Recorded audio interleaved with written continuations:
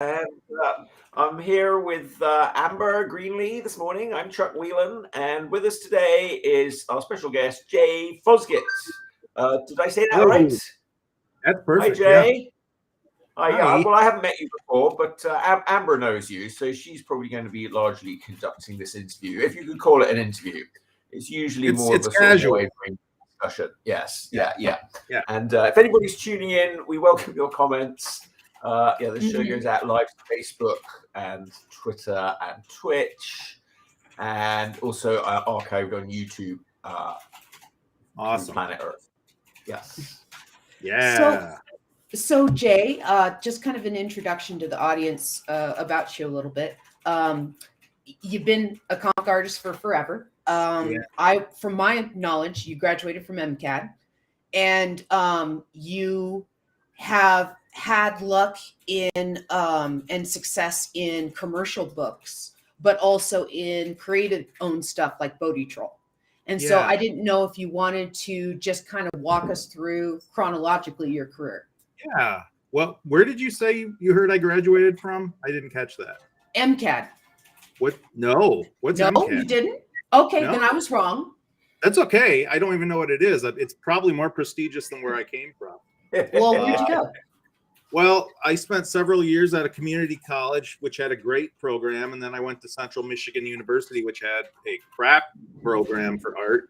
And so I got my degree in art because I wanted it, obviously. But I spent most of my time doing cartoons for the college newspaper, which I also did at my community college. So that was my earliest publishing experience.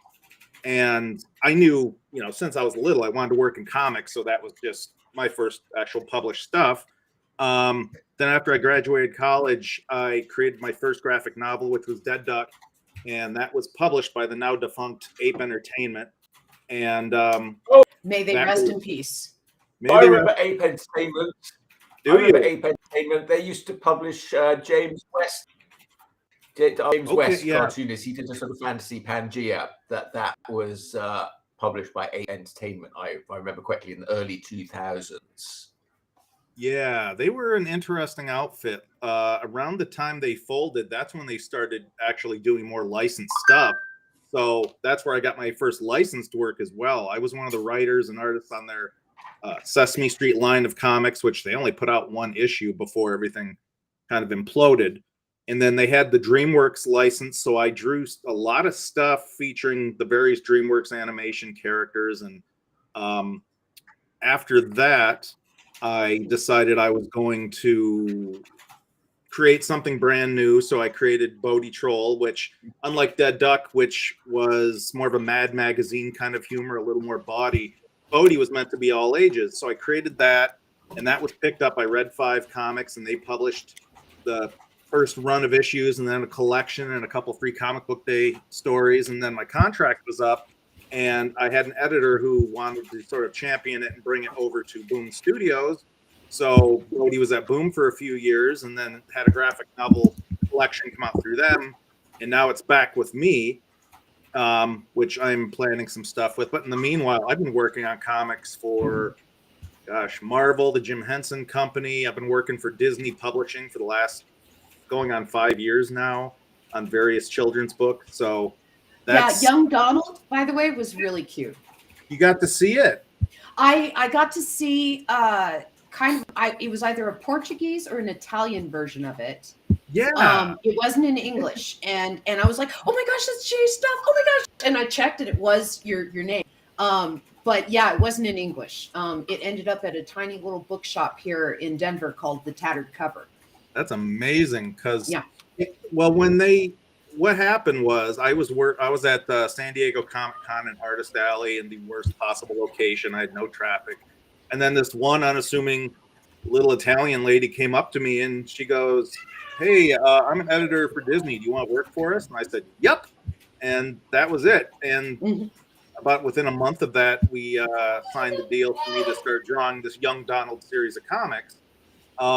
Or books, I should say, children's books, but they were originally meant for North American release, but they ended up being exclusive to European audiences.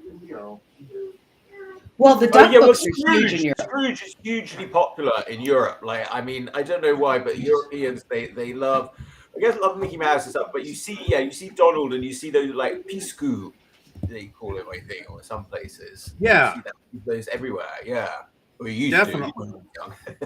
Well, I mean, the earliest, Disney animation and early Disney comics influenced all the great Belgian cartoonists that came out over there. And now it's kind of the opposite. I feel like guys like me are being influenced by the French and Belgian cartoonists and infusing our work with that. Because certainly my book, Bodie Troll, has tons of I even included asterisks in a small cameo, which Did you? you really got to look for it. But yeah, so my appreciation is pretty global. So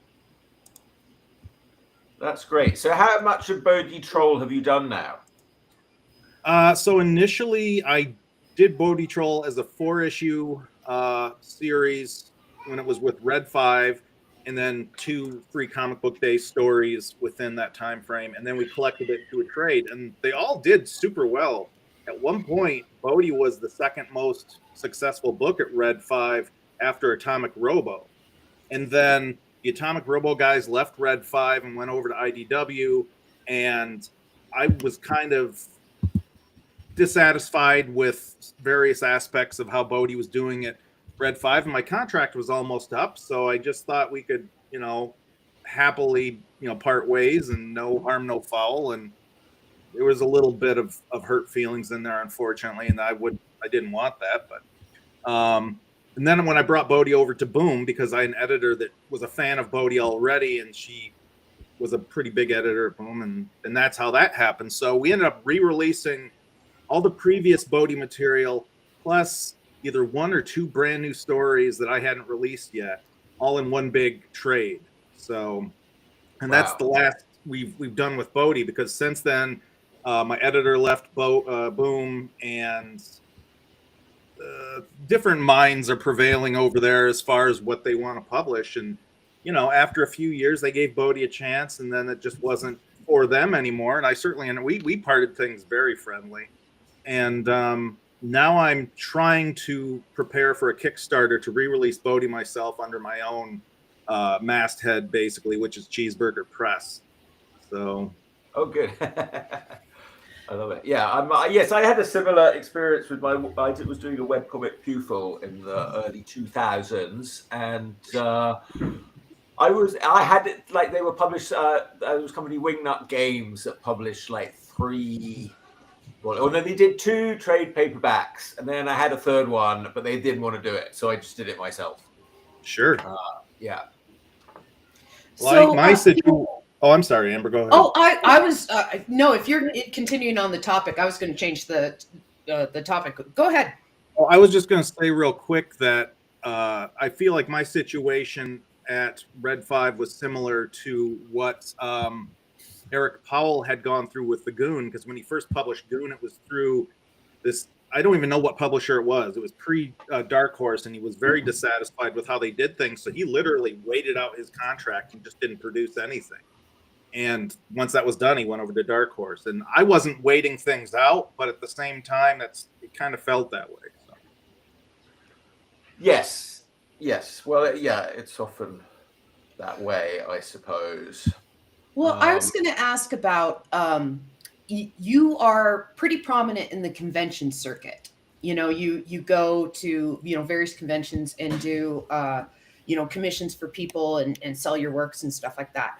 How would you break down, like, I don't know, your income based on how much you get from conventions, how much you get from your books, how much you get from just commissions? I would say the majority of my money that I make annually comes from working specifically for Disney Publishing, which shouldn't be a big surprise, but that's been extremely lucrative for me. And so everything else is lesser than, but leading up to that, I do very well with commissions still, people contacting me at home. Conventions used to be a bigger sell for me. The last few years, I think in part because Bodie comics haven't been present, because those were big draws for me. I think things have slowed down for me, but I still do conventions in the hopes of meeting, you know, new fans, seeing friends in these towns that I don't ordinarily get to, hopefully making some connections, which seems rarer and rarer these days. But certainly pre-COVID, there was a lot more handshaking and you know, hey, we want to work with you, and you know, things like that. So, but it's still been a bit slow. I was at the San Francisco Comic Convention, which was a new one. It was a pretty good, fairly well attended, but there weren't a lot of comics. Well, actually, it wasn't even called a comic, but it was called the Fan Expo now. Yeah, there was like a lot of anime art. Yeah, and, you know, which there's always a lot of animation art and anime art here. You know, so with the home of this media or in the US here, it's tricky. It's I think a lot of conventions see that the fandom has evolved now, and more of them are coming for things like anime, or coming for the celebrities or toys or whatever. And comics, unfortunately, are becoming an afterthought, and it's scary. But all we can do is continue to do these shows and make our presence known, and hopefully people will see our value again. Because if we stop doing them, then, you know, we're signing our own death warrant. So, so I still do them, but I do think that's a big part of it, you know, that the fandom wants these other things. And I will say, I think some conventions use their sales from Artist Alley tables, because I pay for the majority of the shows I do, which can get pricey. And so that money that we're paying, which as far as I'm concerned is exorbitant, and that money is paying for these celebrities to be brought in. And the celebrities get paid to be there, and they get to keep the sales from all their merch or whatever, which is totally cool. But I feel like artists are kind of becoming pawns in the whole Comic-Con thing, to tell you the truth. Yeah, it's becoming a fan thing and not an artist thing necessarily. Yeah. Well, that's part of the evolution of conventions. We saw lots of different conventions split off since the 80s. You would have science fiction conventions, which would cover a lot of fields, and then we have conventions specialize. Before the pandemic, I actually started to see things like the San Diego Comic Fest try to be unique, and it was just a comic book convention. It didn't have celebrities. Right. So I think that we'll see comic book conventions realize that there was money in having celebrities. So now they're becoming media conventions. I think that we'll see small comic book conventions split off from those. I hope so. I think that'd be the best possible outcome. Oh, well, it'd be nice if anyone could make money from comics anymore, but it seems like that's quite hard. So here's another pet topic of the show and stuff is digital versus traditional art. And I know you participate in both. I want to say you use Clip Studio Paint, don't you? I do. The piece you have right there was drawn pen and ink, you know, penciled and ink, and then colored at the time in Photoshop. I don't even think I was using Clip Studio at the point. I think around 7 years ago at this point, I bought a Cintiq Companion, and that's when I started using Clip Studio and realized pretty quickly how the disconnect between the stylus and the screen worked out pretty well for me. Like, I caught onto that real quick, because that can be a hurdle for some people. And I was able to draw just as freely as I could with a pen, and I didn't have to erase. That's the big thing. I mean, it's a lot of money for technology to just not have to erase and not have to vacuum up eraser shavings off your floor afterward. But that was my initial impetus for going digital. But beyond that, I still treat it the same way as I treat traditional. I hand letter all my comics, and I don't use a font. I mean, I literally use a stylus and write out the letters, you know, like I would. And a lot of people in the comics field think I'm nuts and think I'm wasting time doing that. But I've got a foot in both realms of comics that way, digital and traditional. Yeah. Charles Schultz said having someone else do your lettering is like a golfer having someone else play their 9-iron. I like that very much. Well, with lettering, do you set up like aims guides for yourself in the program then? No, I don't even do that. I made a template for myself that just so I can have consistent height for all my letters and spaces between the lines of letters. But I mean, I think I literally did that scanning in a piece of notebook paper or something like that, you know, just for my own benefit and just so my lettering doesn't slant or anything like that. But no, there's so many things I could use to enhance my art digitally that I don't. And that's not always by choice. It's just out of ignorance. I don't know all the tricks. So. You mentioned that you had a Cintiq companion. What hardware do you use now? I still use my Cintiq companion, and I've thought about buying a full, you know, big monster Cintiq, but honestly, I can do everything I need right here, and I've still got tons of desk space, so that's nice. I work off of a PC. I know a lot of people are like, "Oh, you have to use a Mac if you're going to do art," and it's like, no. Yeah, what? You? I literally had someone say that to me. Like, I bought my first computer. I don't know how many years ago. It was like a Dell computer, and I was using an old Wacom tablet. And it worked great for me, but I would have other artists like give me grief about it and say, "Oh, no, you have to have a Mac. You have to have a Mac." And I didn't. I still don't. Nah.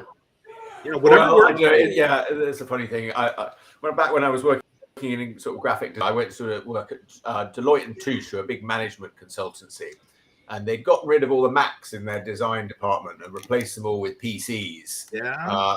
You know, because they thought that would solve the problem of being more easily able to convert their PowerPoints into Quark Express. But unfortunately, it didn't solve the problem, and their entire design department had quit, which is why I was there because I was able to use a PC as well back in the day. I don't know if I can anymore. Yeah, They're both tools. It just depends on what you as a user want. And the benefits of Mac is that if you don't know anything about computers and you just want it to work, you grab a Mac. You know that Mac items are going to work with Mac items. But the double edge of that sword is the cost and the fact that it's proprietary screws. You can't repair it yourself. You can't add things. You know, it really limits your options to personalize that machine. It doesn't mean it's a bad machine being a Mac. It's just different. Right. Yeah, that's how I feel about it too. You're all wrong. It's a bit like driving a Rolls Royce compared to driving any other car that you could choose. You can choose any car, or you can drive this Rolls Royce, which is, you know, it's got all the bells and whistles, but it's not. Sadly, you're all wrong. So Syrian says, as someone who gets paid to get Mac gear to work with Mac gear, I am so happy to hear you say that Mac stuff works with Mac stuff. I used to manage a computerware store, which was the only Mac retail chain before the Apple Store. Then I worked for an Apple store, and I was a Mac genius. All your opinions are wrong. I accept that. Yeah, you're a traitor to the Mac genius breed. Well, I don't know. Yeah. He's gone total like I hate Mac. Mac's evil. You know, no. So he's gone that route. Me, I try and keep the peace. No, you know, and just wrong. like I understand that, you know, there's people that just aren't technical, and then that's what they want. All right. Well, I have an art question for Jay. So, Jay, Okay. do you say you're like this one, for example, Riverdale, Archie characters, Betty and Veronica? I guess yes. And do you say you do these like in pencil and ink first? That one I did, yeah. That was done before I started going nuts on the Cintiq. Yes. So how large were you sort of doing them to ink them? Are you working quite large or? Yeah, about 11 by 17. Okay. So it's like 11, 17, yeah. Yeah, and I would draw it on Bristol board, then I would scan it in like 600 DPI. And at the time I was coloring everything in Photoshop. And everything except for the Comic City logo there was hand lettered because this was a store variant for Comic City, which is a chain here in Southeast Michigan. Great. Yes. All right. And so then, well, Dale normally asks these sort of questions. What sort of tools are you using for your inking? I got introduced to jet pens years ago as a company, and I love them. So I primarily use zebra brush pens. And Oh, I use, yes, I use those. Yes, I yes. love them. Okay. I know it's not real good for the environment, but I use the disposable ones because for some reason that particular tip works the best for me. So a mix of zebra brush pens, Kuretake brush pens. I like these Faber-Castell Pitt artist pens as well, which you get, you know, that's what I use as well. Yeah, I love those. Yeah, finer details. I used to use microns way back in the day, but I found that they dry out so quick. Yeah, and I used the brush tip on those, and it was a hot mess.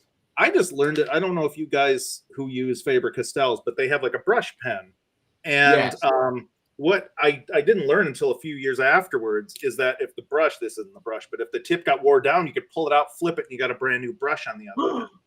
Oh, I wasted that because they do wear out quite quickly, which is why I wasted so much money before I learned that. Yeah. Oh wow. Yeah, I don't use the brush pens because they for me they go too bad. And yeah, I use the zebra ones. So yeah. The zebras are pretty resilient. I really like them. Yeah, because they hold up forever. I've not had a zebra pen where the tip has gone before the ink. Yeah. Yeah, I mean they got the fluidity of a brush, but I feel like I have more control of a pen. The tip isn't just like, you know, drawing with a mop. But they're not as permanent, are they? I don't know. The ones I have are not as permanent. Like the Faber-Castell, I can get the watercolors out and watercolor on top of them. I don't think I can do that with the Pitt. I'm not sure. Honestly, I don't know. They're what, light fast or whatever they say, but it's not permanent. I mean, even Sharpie. Sharpie says it's permanent, but if you draw something with Sharpie 5 years later, it's going to turn purple. Yeah, it's non-archival is what they called it at school. Exactly. Yeah, they're like, no, you can do this at a convention, but it's not going to look good in 10 years. I'd like to point out that Jet Pens is here in San Jose. Oh, awesome. I am a huge proponent of jet pens. I buy all my practical supplies through them. Very cool. Is there a way to preserve Sharpie? This is a sidetrack question. Is there a way to preserve Sharpie? Like, can you spray something on it to make it last? So one of my friends who is diabetic would keep her syringes and inject alcohol right into the markers, and that's what saved them. That's what kept them. Who? Oh no, that's good. That wasn't really what I was thinking. I meant really like stop them fading over time rather than keep them going. I see. The best thing that I found to preserve the actual artwork that's done with Sharpie, you know, and it sounds bad, but you got to laminate it. Yeah. That's the only way that I've found to preserve the color so it doesn't fade to purple, because it's oxidation that fades that color. Yeah. Is everything in your house laminated, Amber? No, but I do have to laminate everything. But I do have a bunch of sketches that I've gotten from conventions and stuff that I've had laminated to protect the color. That's a good idea. Jay? Yeah, I actually have 2 sketches by Jay. Now, you said we met in Minneapolis? Yeah, we met in Minneapolis. You did the poster for Transylvania Television. I did, but I've never been to Minneapolis. Yeah, you were there. You were there. It might have been St. Paul, but it was the source of comics and games. And it was when we had the Halloween special presentation. That's the first time I ever met you in person. I did artwork for Gordon. Yeah, I know, but that's the first time we ever met. Like, I have pictures of us standing next to each other. Would you send them to me? Because I'll promise you it's not me. Oh, but that might be why it looks like I lost weight, because I've never been to Minnesota. Really? I could have sworn that that's where I met you. But I don't know. Whatever. No, I feel bad. I don't mean to shoot it down, because I wish this had all happened. No. Now when you're doing a comics page or an illustration now, you're still doing ink on paper and just leaving the coloring to digital, or are you doing any of the process like thumbnails or roughs digitally? When I am drawing traditionally, like even this Fraggle Rock piece, I'm pretty certain I did traditionally. I just ink right on the board, pencils, inks right on the board. I was for a long time using blue line pencils. I was having a lot of fun with that, even though sometimes it's tricky to ink over blue pencil. It's almost like trying to ink over crayon sometimes. But I'll tell you my tip. My tip is use a red pencil, because a red pencil, drop it out very easily in Photoshop in RGB. You just click on the red channel or whatever, and the others disappear, or the red channel disappears. I don't know how it works in RGB. If you click on the red channel, it makes the red disappear, and then you convert to grey. So you get a very clean conversion, way better than you can get with blue. That's good to know. If I go back to doing traditional, which I want to, because like Scotty Young would pencil all his stuff digitally, print that out, and then ink on that, like print out blue lines or whatever. And I wanted to do that's that. what I do. I print in red. Yeah, so I want to start doing that. I just need a really good printer for it. And I've used that method, and it's fantastic to lighten the pencil work, you know, and then when you ink it, you get all the benefits of inking over it, but you don't have to worry about the paper rejecting the ink because of eraser marks or anything like that. It's a clean surface to ink on top of. It's beautiful. Yeah.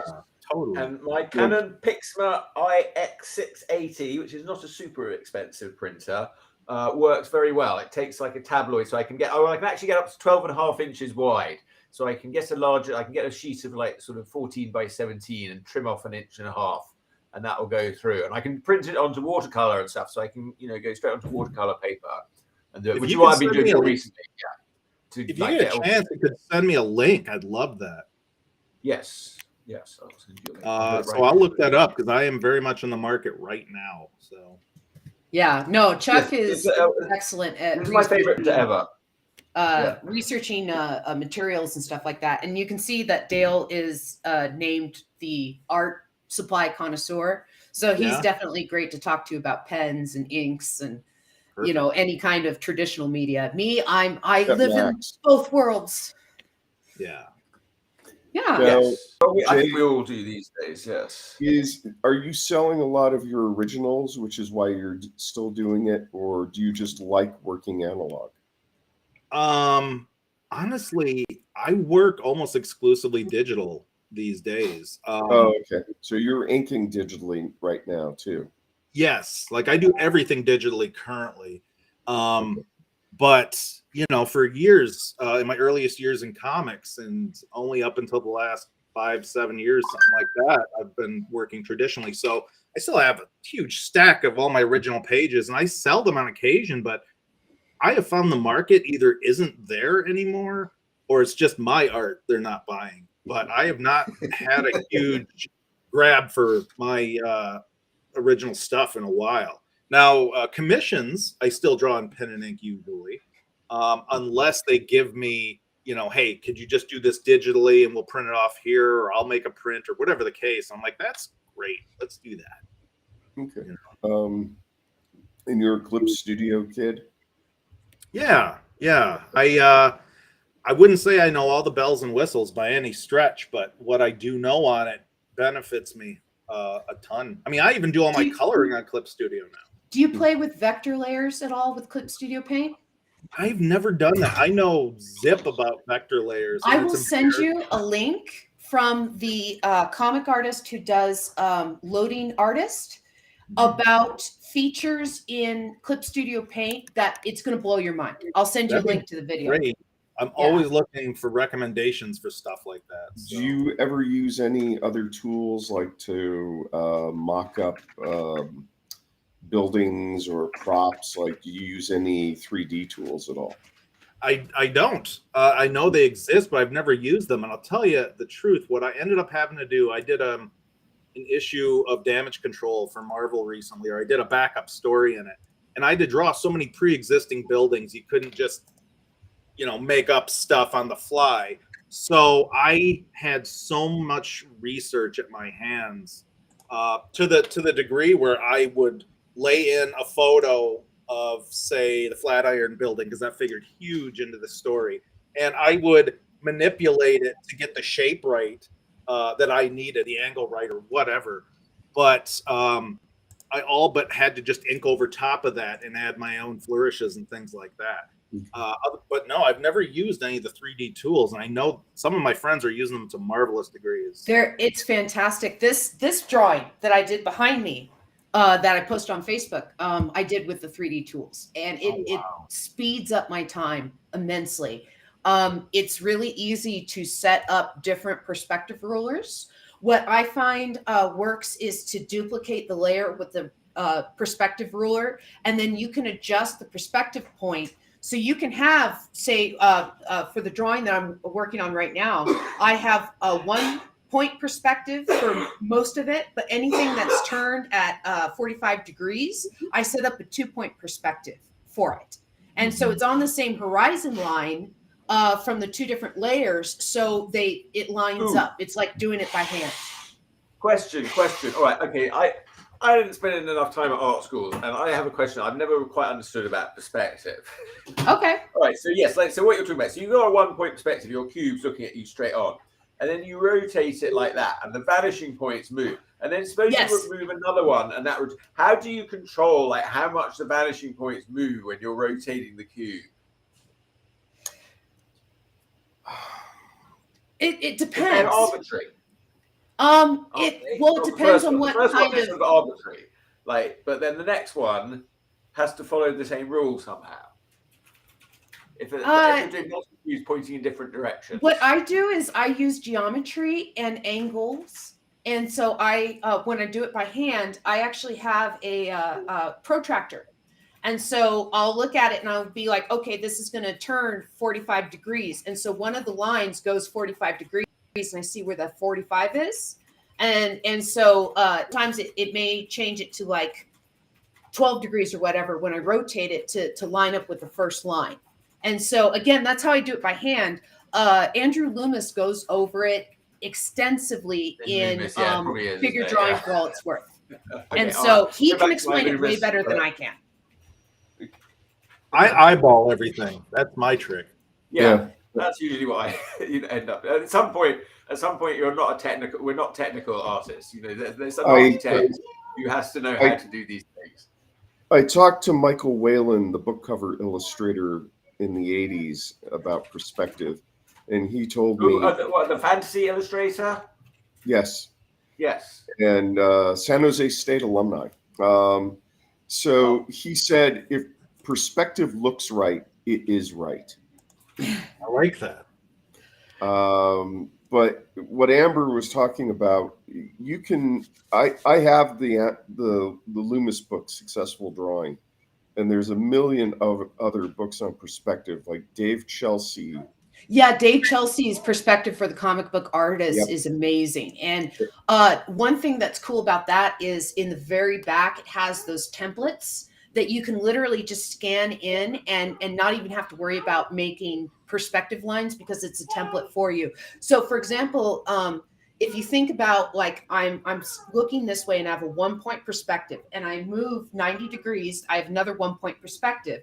Between those two 90 degrees, in animation backgrounds, you see this all the time where they curve the perspective to the new perspective point because that's how our eyes see. Yes. When you're panning down, you can get away with it. Yeah. So in the back of that Dave Chelsea book that Dale was describing are all these templates that allow you to be able to do that. So you can draw animation backgrounds and stuff without having to struggle with the perspective. Or you can get an AI to do it. Yeah. Marvel, I'm sorry, DC Comics had a book maybe 10 years ago. I think it was drawing comics digitally, the DC way or whatever. I would have to look it up. But a lot of people have started using 3D apps. At the time, SketchUp was the popular one. They would build buildings, or they would build a very basic interior of a room, and you wouldn't necessarily have to worry about perspective because you had a reference model. There are people who will do it in real life with cardboard and clay, like James Gurney, who does Dinotopia, and I forget the artist's name who does Mouse Guard. Who does these wonderful cardboard buildings. But Yeah, if you haven't looked at the perspective tools and the 3D tools inside of Clip Studio Paint, you might want to do that, because there's a lot of useful tools to help set up perspective. That'd be wonderful. You already do the software. Yeah. Which is going right there, by the way. However you want. It doesn't matter anymore. We can sit down and I can give you a quick tutorial sometime too, Jay, if you want to know how to use the perspective tools. Yeah. Well, which reminds me. You're not. I've flipped through a few covers. You're cleverly avoiding using perspective on any of them. So I gave you a bunch of True Grit texture supply brushes. Have you had a chance to use them? Yeah, those have been amazing. Which ones do you like? Oh God, I couldn't even source through all of them. It's just amazing to be able to replicate some of these more vintage looks, I guess, which I always struggled with before. It's like Photoshop has like one filter that's like a pointillism or I don't even know what they call it. Some filter that kind of fakes it a little bit, and it's fine. But this is like a whole other realm of doing it, So I really appreciated you doing that. It's given me an amazing arsenal of stuff to play with. Yeah, the Kniff brush I've been using a lot lately. I literally just saw that one. Yeah. Yeah, the Kniff brush, and then there's one that's a Smooth Inker. That's my go-to ink brush. And it's just like Smooth Line Inker or something like that. And I renamed them the janky brushes. But the ones that when you draw and it wiggles as you draw and it thickens and thins as you draw, so it looks more like a jagged like croquill line than it does. That. Yeah. So I've been playing with those as well. Jay, who are your influences? I mean, I can see some things here, like you were part of the POPEYE Club. I see some influence that almost looks like cul-de-sac. I mean, what did you grow up reading that you think influenced you?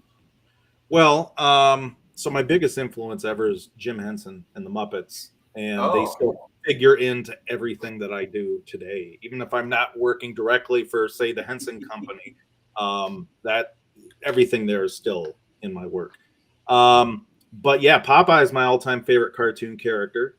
So certainly E.C. Seeger's style and the artist that came after him, Bobby London, had done some of the greatest work on Popeye. I managed to buy the 2 collections, which are now going for so much money online. So I got lucky. Well, it's funny you said Bobby London, because I was thinking about it because of you got a duck, and he did Dirty Duck. Right. Yeah. Well, so when I created Dead Duck, I was 14 years old. But when but I had seen his Dirty Duck. I think it ran in Playboy, and one of my best friends as a kid. National Lampoon. Was it National Lampoon? Okay. Yeah. Because I had seen them somehow when I was a kid and was aware of them. So Bobby London's work was an influence on me even when I was really young. But I was also hugely influenced by like Howard the Duck. Particularly Gene Colan was my favorite Howard the Duck artist. And so I always wanted to do my own cartoon duck. And, when I was 14, I created Dead Duck and kind of stuck with it over the years. And then when I was practically 30 years old, that's when I sat down and turned it into a graphic novel and fleshed out the whole thing. So comic strip artists, huge influence. Like, I mean, the old guys like Johnny Hart, who did BC, and Dick Brown for Hagar the Horrible. I mean, I still love Jim Davis and Garfield. People try to rip on it, but I'm like, I don't care. I still love that comic. Well, I saw him. He spoke at the National Cartoonist Society in Kansas City. We had a meetup this year, and he spoke, and he did some drawing for us. And he said that really that what people want out of Garfield is they want the stability. The world's like crazy and changing, so Garfield's always the same. On Monday, I do this joke. On Tuesday, I do this joke. On Wednesday, I do this joke. He's got it all planned out. Saturday's a little more like open. My favorite pull away from the Cartoonist Society, though, was him saying that if he knew he was going to draw lasagna over and over and over again for 30 years, he would have picked something more interesting to draw for Garfield to be obsessed about. I thought he ordered lasagna, and he also regretted putting the stripes on Garfield. He's like... I had to draw those stripes over. And then he pointed out how like the eyes and the mouth on Garfield grew bigger and bigger and the ears and things. The things that didn't matter to the expression shrank smaller. Yeah. Are you guys NCS members? Chuck is. Yes. Okay. I was from like 08 until I don't know, and then I just let my membership lapse. But yeah, I was a member. I just couldn't afford to go to any of the meetings. No, I was a member for years and didn't go to the meetings. I just sort of recently started. 2019, I went to the first one and I really liked it, and so then I went to the next one again. It was pretty fun. Yeah, they're worth going to, Jay. I would say, if you go, I'll see you there.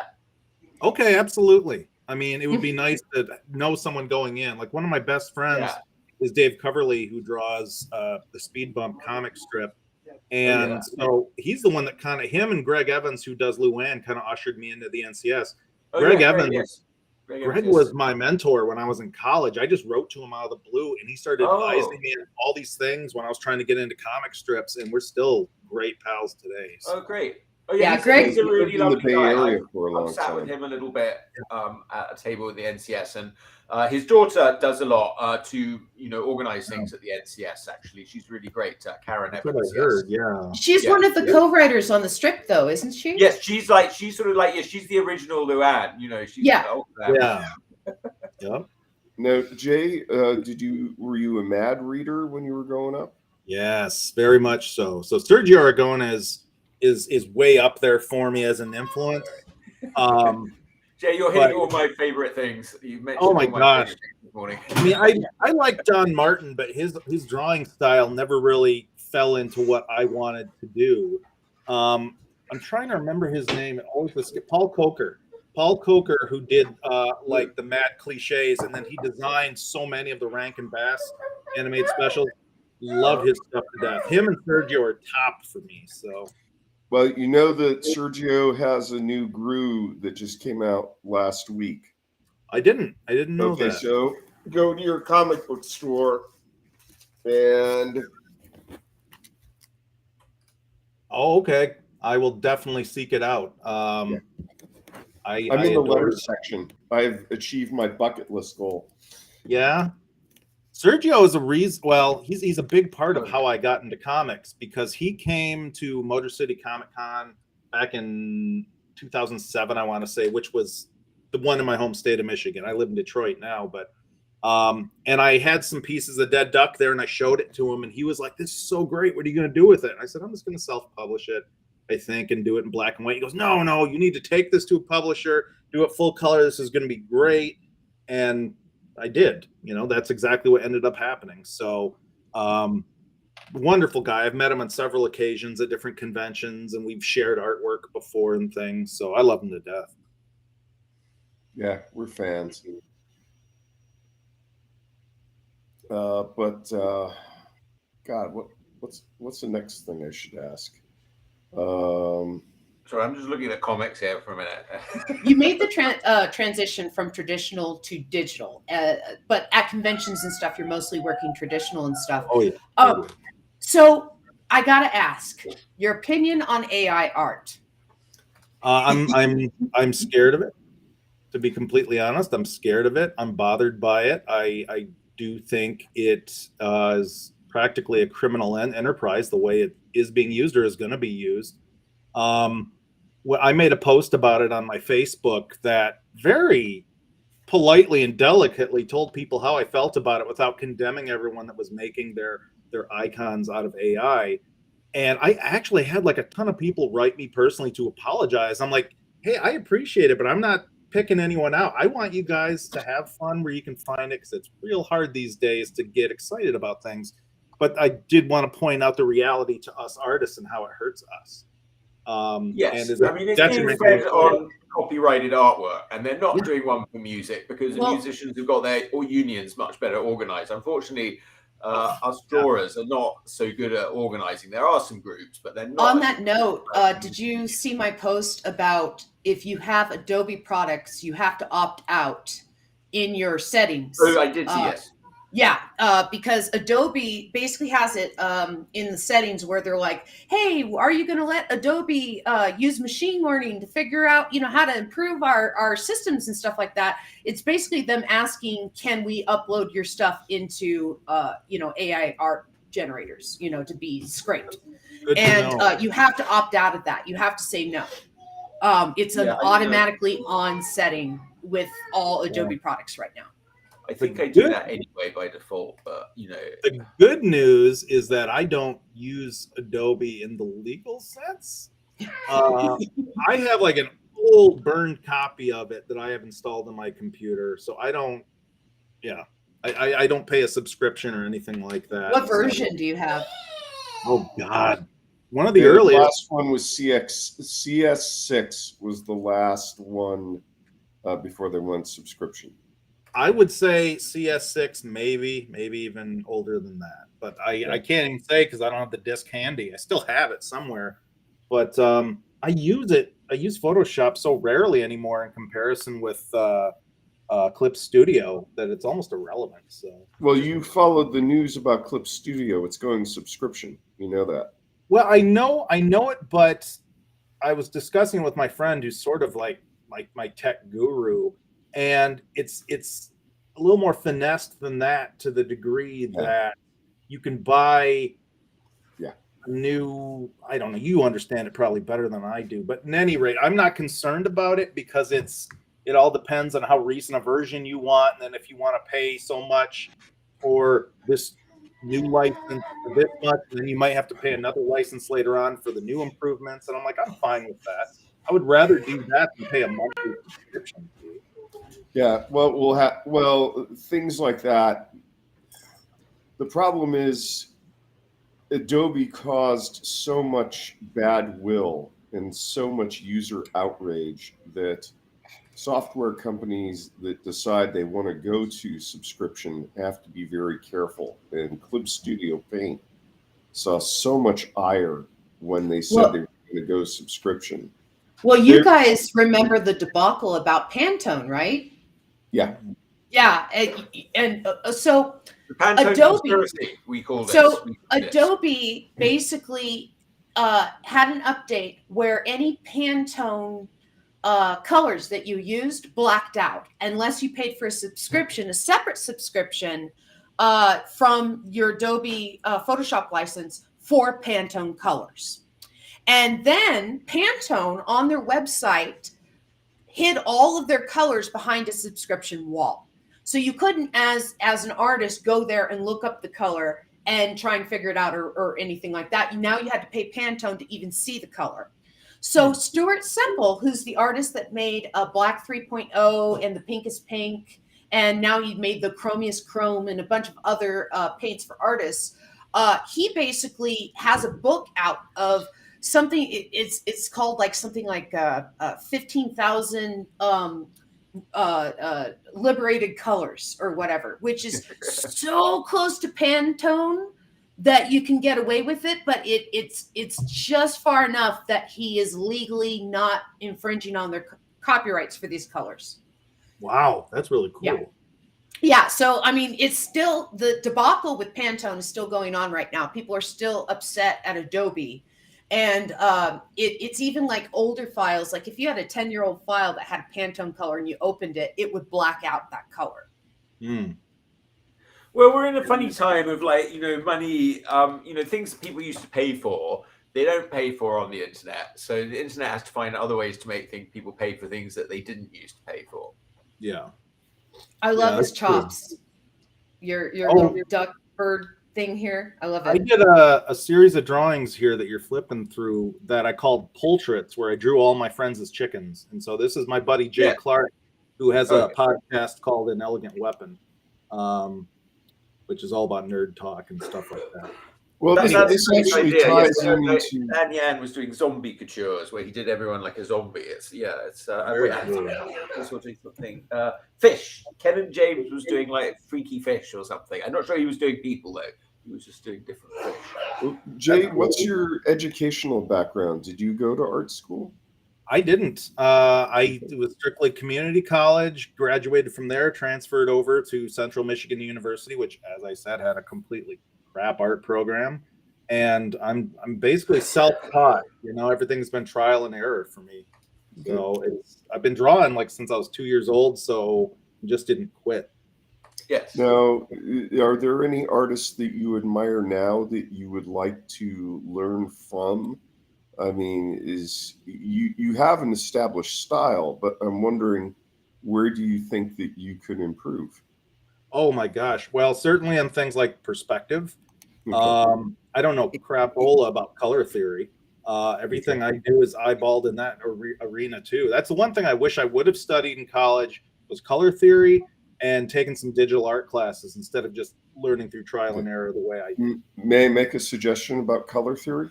Sure. Do you remember James Gurney, the guy who did Dinotopia? Yeah. Look for his book. I think it's Color for the Realist Painter. Or not imaginative realist. He's got another one of just about color. Yeah, he has a book that's specifically about color. So look up Gurney and color. It's really worth the read, and it will apply to digital. And it's about like why if you paint one color next to another color, it looks like a totally different color. Yeah. Yeah, my understanding of color theory goes back to junior college class with my painting instructor, Ellen Pendleton. And, you know, I'm like 19 years old, and she taught me everything about color in this class. And when I went to art school, and then we're talking about like color theory, and they're like, okay, here's your textbook on color theory and stuff. I'm reading it, and I'm like, wait a second, I think I know this. Well, someone who didn't go to art school, you do have a very polished style, and your drawing, you know, looks very accomplished. It looks like you went to art school. Thank you. Now, do you eat chicken? Yeah. Okay, so that's one of the other themes of the shows. We often divulge into cannibalism. So we're wondering, you know. Well, Dale has let me explain. Dale has a theory that all movies are trying to convert us all or and get print us ads. the idea of cannibalism. I'm all for it. Apocalyptic future. Okay. Yeah, let's do it. This is good guess. Yeah. Oh, I got no qualms about that. I mean, I ate lobster brains. I can eat anything at this point. Lobster brains are delicious. Lobster brains? Yeah. The inside of the lobster, when you break the tail, most people eat the tail and stuff, but if you scoop out the rest of the lobster, it's still delicious. Oh, you're talking about like sucking the heads on crawdads. Yeah, that's gross. It's delicious. Dale just uses the lobster to beat the hell out of whoever he's eating the meal with, and then he eats them. Well, lobsters are basically big bugs, and you gotta definitely not think about that, or you'll puke. So I would. You know, it's interesting because you know, roly-polies, they're not insects, they're crustaceans. You know, that's why they have so many legs. Oh, okay. Yeah. They're like the lobsters of the insect world. Well, I guess, but they're one of the few crustaceans that have integrated on like living on land. They don't require salt water or anything to survive. But yeah, they're more closely related to the lobster than they are to like an insect. They're cuter in the USA. In the USA, you call them roly-polies, which is nice. In England, we call them wood lice. They're also known as pill bugs. Pill bugs. I always say pill bug. Yeah. Pill bugs. Okay. Okay. Well, I always called them roly-polies. It's better than wood lice. No. Wood lice, you're like. Jay, do you use? You talked about the stuff you were doing. I guess it was for Marvel, where you were collecting a lot of reference images of buildings. Do you collect a lot of reference before you draw something? Because you don't have a realist style, but you do have to draw things in reality. I usually don't have the benefit of time to have like an active artist morgue for something. Like I had to draw an entire My Little Pony comic in one weekend once, which really sucked. Wow. Wait, how many pages? I don't know. What's the average page count? 26? 28. 28? Yeah. So, that was a pain in the butt, but they weren't too fussy, you know, so I could, you know, get it done. But I lost track of the question. Well, about research. Yeah. Oh, yeah. Well, okay. Like I just, I was in New York in the spring and I took all these pictures of Chinatown. It was fascinating. And I ended up using those to do a Big Trouble in Little China commission. It was so much fun to get to have some level of accuracy, even though Big Trouble took place in San Francisco. But in any case, yeah. So I try to have reference. I try to use reference. And when it comes to like drawing people, because I did caricaturing for a number of years before I broke into comics, which I don't recommend. We've had caricaturists on the show. What? Yes, like at an amusement park, or no? I would get hired for like corporate events, like here in Michigan. Birthday parties. Yeah, birthday parties. Yeah, I did that for a while.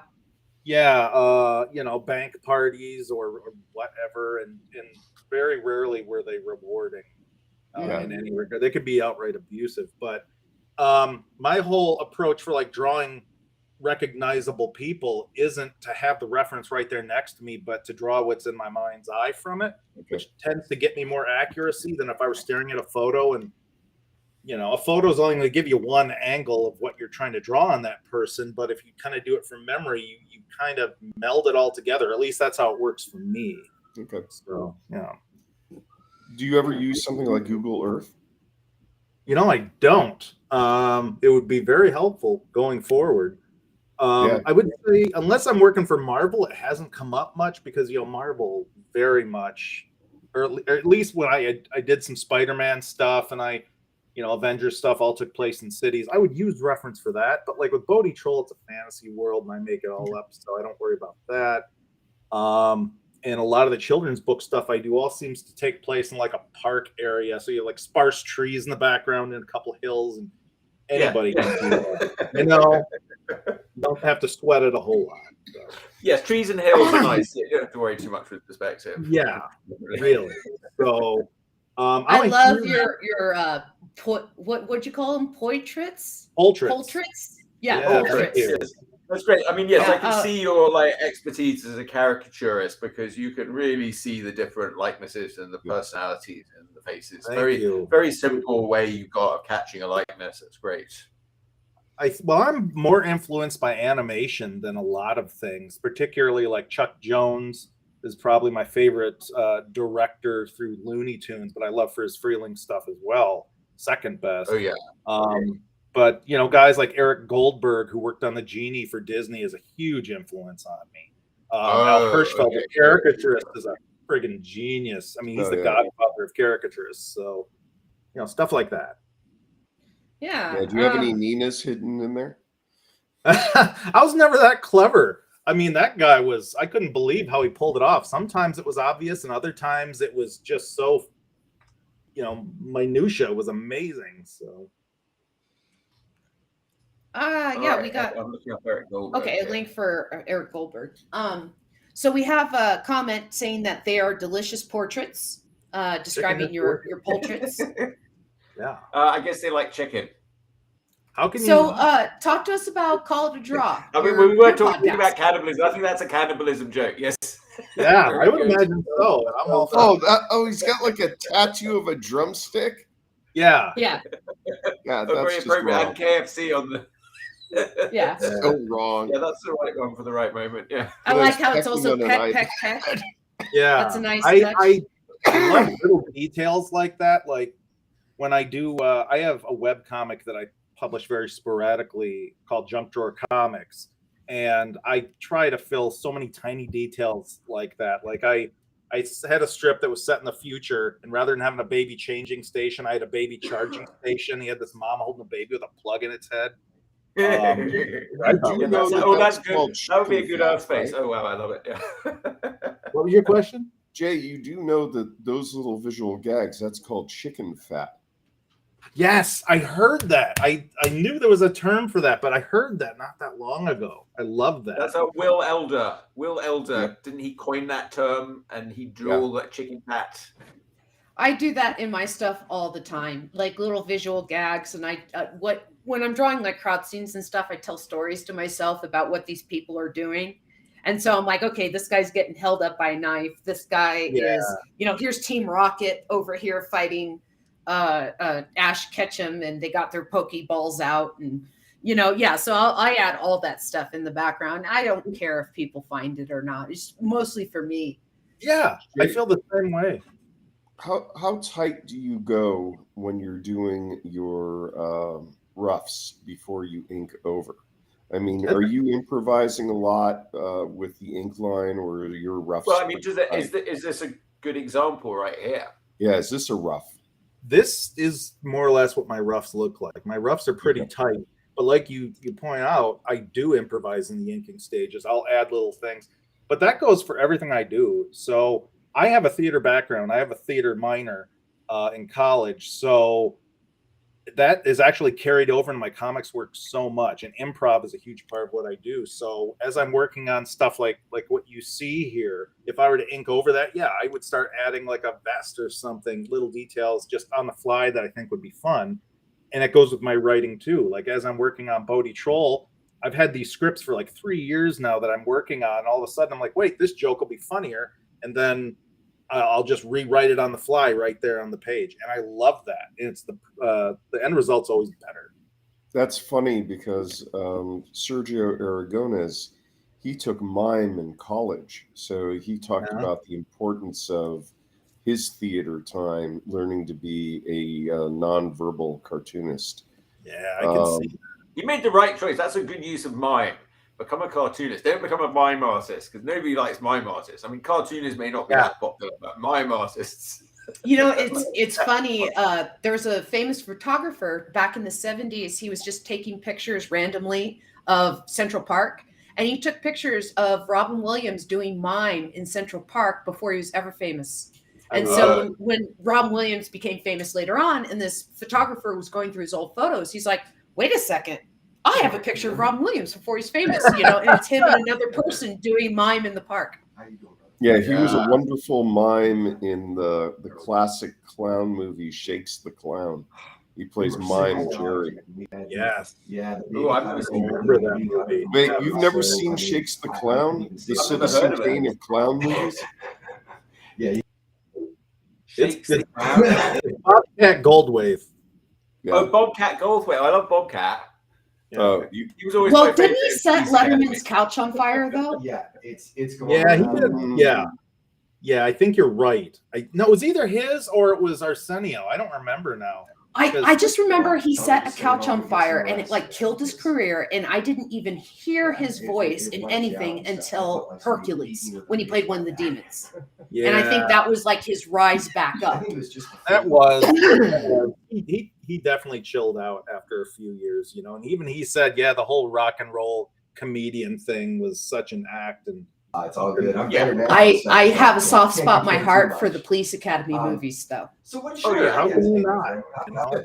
Well, Jay, how do you go about writing one of your strips then? You have a background in theater.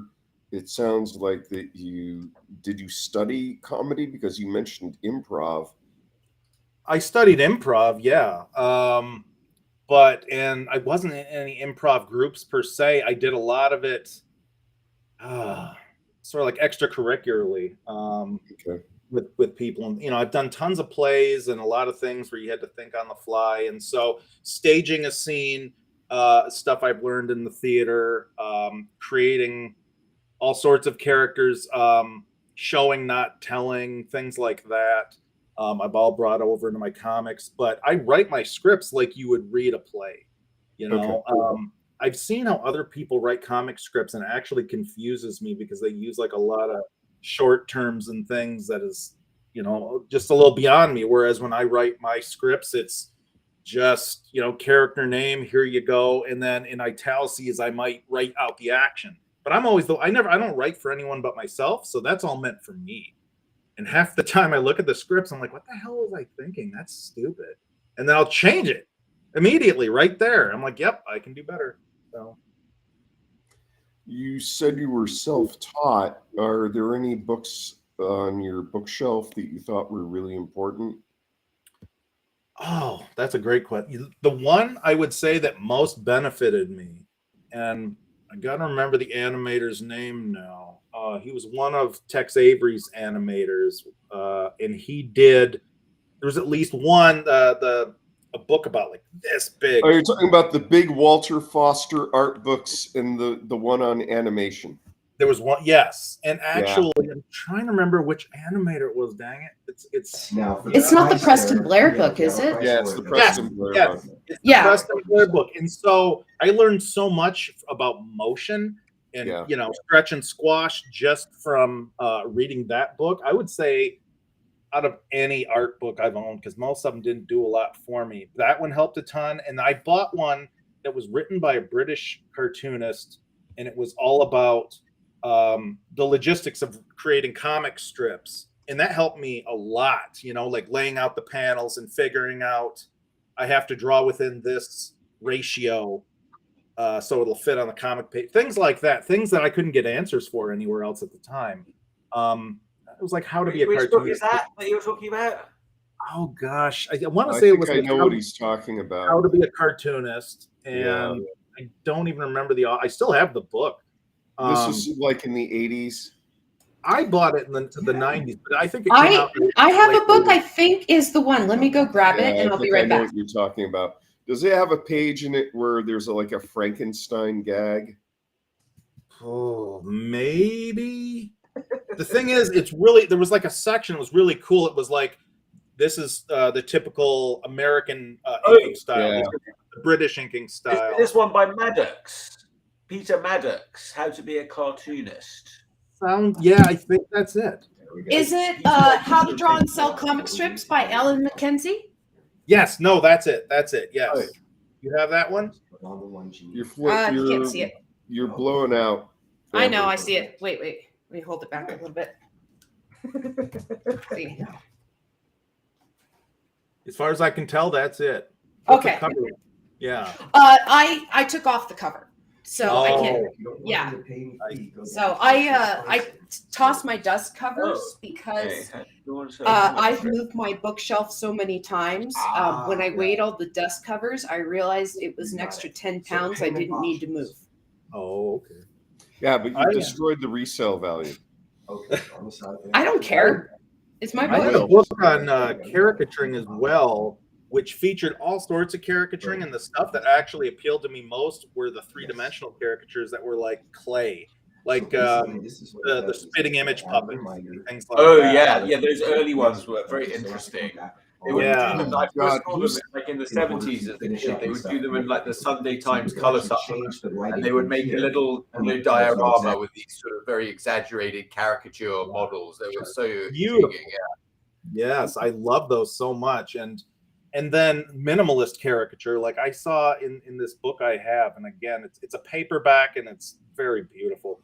And they did a caricature of Woody Allen that was so minimalist, and yet you wouldn't question who that was, not for a second. Yeah. And so sometimes I try to do the minimalist thing more than drawing every wrinkle on a face or something. If you like the 3D caricatures, have you thought about maybe adding 3D to what you do? Maybe just starting as a hobby? Jay, bring out your puppets. Bring out your puppets. Puppets. He has puppets. He has a puppet of Bodie Troll. He's good. Wait, you make Muppets? I know that's the big trick here, is that I'm a great designer. I can't build worth a crap. Okay. So, but I'm friends with a lot of puppet builders. I mean, obviously Gordon Smuter, but a lot of guys who work for the Henson Company, and some that should be working for the Henson Company. So I'll design them myself, and then hand over the designs, do like turnarounds, and they'll build the characters for me. It goes with being a fan of Jim Henson. I always wanted to have these puppets, and then suddenly I have the resources. Yep. See, this is all the access. I love that puppet. Yeah, he's got a puppet of Bodie Troll. And then I always wanted to make a Noma puppet. I always wanted a Noma puppet, and it would look so like that. Oh my god! Yeah, you're living my dream over there, Jay. If you ever want a recommendation for builders that are still affordable but do brilliant stuff, I'll send it your way. I might do that. It's like when I saw you with that puppet there, I was like, oh, that's just how I sort of envisioned my Noma puppet. Except you got a bit more point. Make it something easy. Make it the I best. officially hate Jay now. Jay, bring out your Bodie Troll puppet. All right, this is going to be a little involved here. So he had this one built a couple years ago, so that he could interact with kids and stuff at conventions and basically be Bodie Troll and engage him. And I'm making him drop all kinds of things now. So glad I. Wait, I want to see that one too. Don't put the puppets away. All right. So this is my Bodie troll puppet. That's nice. Yeah, Wow, isn't it it's amazing? great. It looks so like your character. Oh my goodness. It's like carrying a cinder block on your arm. Yeah. So Yeah. it's heavy as hell. So I don't use it often. I have like a little stand for it that I will use on occasion. In school, if you had a minor in theater, did you do any puppetry or? That's something else I'm self-taught in. Like I taught myself proper lip movement puppets when I was a kid. You know, just standing in a mirror with my various puppets. In touch with your IT people. And Bodie's alive. They're working on getting the Apple development. Oh, nice. Set up. Yeah. So it's on the Gordon made this one, right? Gordon Smoot. No, Gordon never made a Bodie for me. Gordon has made other stuff for me. No, Fantastic. Fantastic. That's a great. Those are great looking puppets. Yeah, I definitely want your puppet. Your puppet connect. Oh, I'll definitely put you in contact with one of my builder pals. They're all very talented people. Yeah, I was thought it would be really useful to have a Noma puppet because Noma in the comics, she says all the things I can't say in life. So she can come and sit with me on this show or at a table, and she'll say all the things that I don't want to say, or I don't think I'm allowed to say. Because again, I was working with and stuff, and he wants to kind of deal with That's amazing. He has an amazing character. I like his focus on his eyes. We're working on that together and stuff. Now Jay, that's what I feel like you need to be working as a puppet designer. I would love to, and that's actually on my bucket list of things I want to do, but I haven't quite crossed that threshold yet because they do so much in house now. Unfortunately, yeah. So do you that's watch like a you go and join the gang Puppet and then Nerd? you don't leave. Yeah. Puppet Nerd? I'm not familiar with that one. Go on YouTube and look up Puppet Nerd. Okay, I will. Because I forget the gentleman's name, but he shows you how to design Muppets. I love these guys that are so talented that they can build them. I've never had the skill, at all. So I love collaborating with these guys. And this here is a redesign of an old Henson character from the 70s that they stopped using. They were doing the Land of Gorch sketches on Saturday Night Live. SNL. Yeah. So I redesigned Plubus, who was the king, and had my buddy build him for me. And yeah, so. Yeah, that's amazing. Oh, can you see the inside of the mouth again? Could you open that? I'm looking at the roof of the mouth. I'm wondering, is all like ridges here? Yeah. And hot glue, or I don't know about hot glue, but use contact cement to get the fabric tightly against the ridges here. This is a carved foam tongue, and these are little bits of foam for the teeth. Okay. Yeah, so. Nice. Does he have a big puppet workshop with like just reels of furry material and foam for cutting into tongues? Most of the guys that I'm friends with that do this don't have huge workshops. Like, oh my gosh. I know Steve Troop works out of his bedroom, making puppets for people. That's and Gordon does have a small shop because he used to. Gordon Smuter is a mutual friend of ours that I did a puppet show with, and then Jay did poster art for the show. And so Gordon used to work with a company called Minifex, which is a special effects company in Minnesota. And so he would oftentimes use the shop after hours to make puppets and stuff. But that's Gordon. Most people build them out of their bedrooms. Yeah, that's cute. Yeah, the focus on all these guys is great. Yeah, this was I would say the majority of my puppets were made by James Voidle, who works for the Henson Company, and we've been pals forever.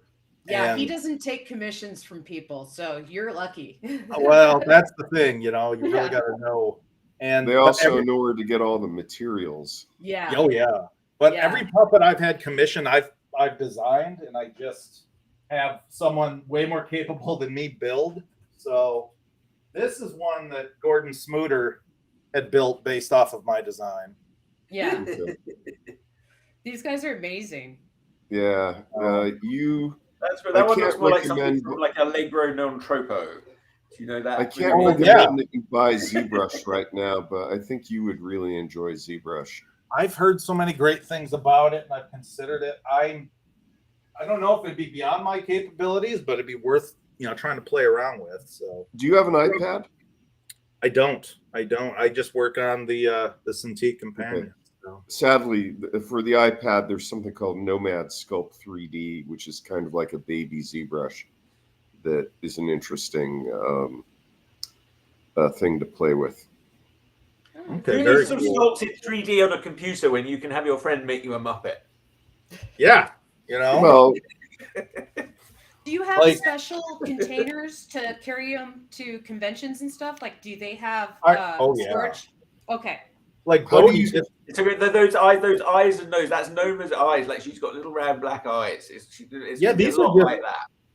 She shoe has button. pointy nose. She has pointy nose and pointy ears, and not so furry. She'd be like a shorter blue fuzz. I was, like everyone, I was losing my mind during the pandemic, and I said, James, I need a new puppet. Here's a design. I just whipped off a design. How quickly can you do this? And he turned this. This is Bodie, or this isn't Bodie. This is Tuck Bodkins. Tuck Hey, Bodkins. everybody. I'm Tuck Bodkins. And this is weird. Yeah. This is great. I want Chuck to co-host the show. He's got 4 arms. I don't know why I designed him that way, and he's got a tail, and Because he needs 4 arms and a tail. He's Bodkins. I need a puppet that was easier to bring to conventions than Bodie. Like I was at a convention once, and I had the Bodie puppet off my hand, just kind of resting on my shoulder. And I'm standing in line for something, and this lady comes up to me, and she whispers to me, and she goes, "Is that your baby?" And I went, "No, it's a puppet." And she goes, "Oh," and she screams across the hall, "It's a puppet! We all thought your baby was asleep." Because he's the size of a toddler, and he's got legs and everything, so it makes sense. Wait, what movie? I was watching a movie recently where there were all these people who were at a they were like adults who had like dolls that were their babies. Were at a convention. What movie was that? yeah, don't go there. Oh my gosh, I know what you're talking about. Yeah. What movie was that? I can't remember. But Jay, if you have an interest in puppets, did you try ventriloquism? It was something I might have tried when I was a kid, but ventriloquist dummies scare the hell out of me. Oh yeah, okay. It's like I don't understand the history of why they have to look that way.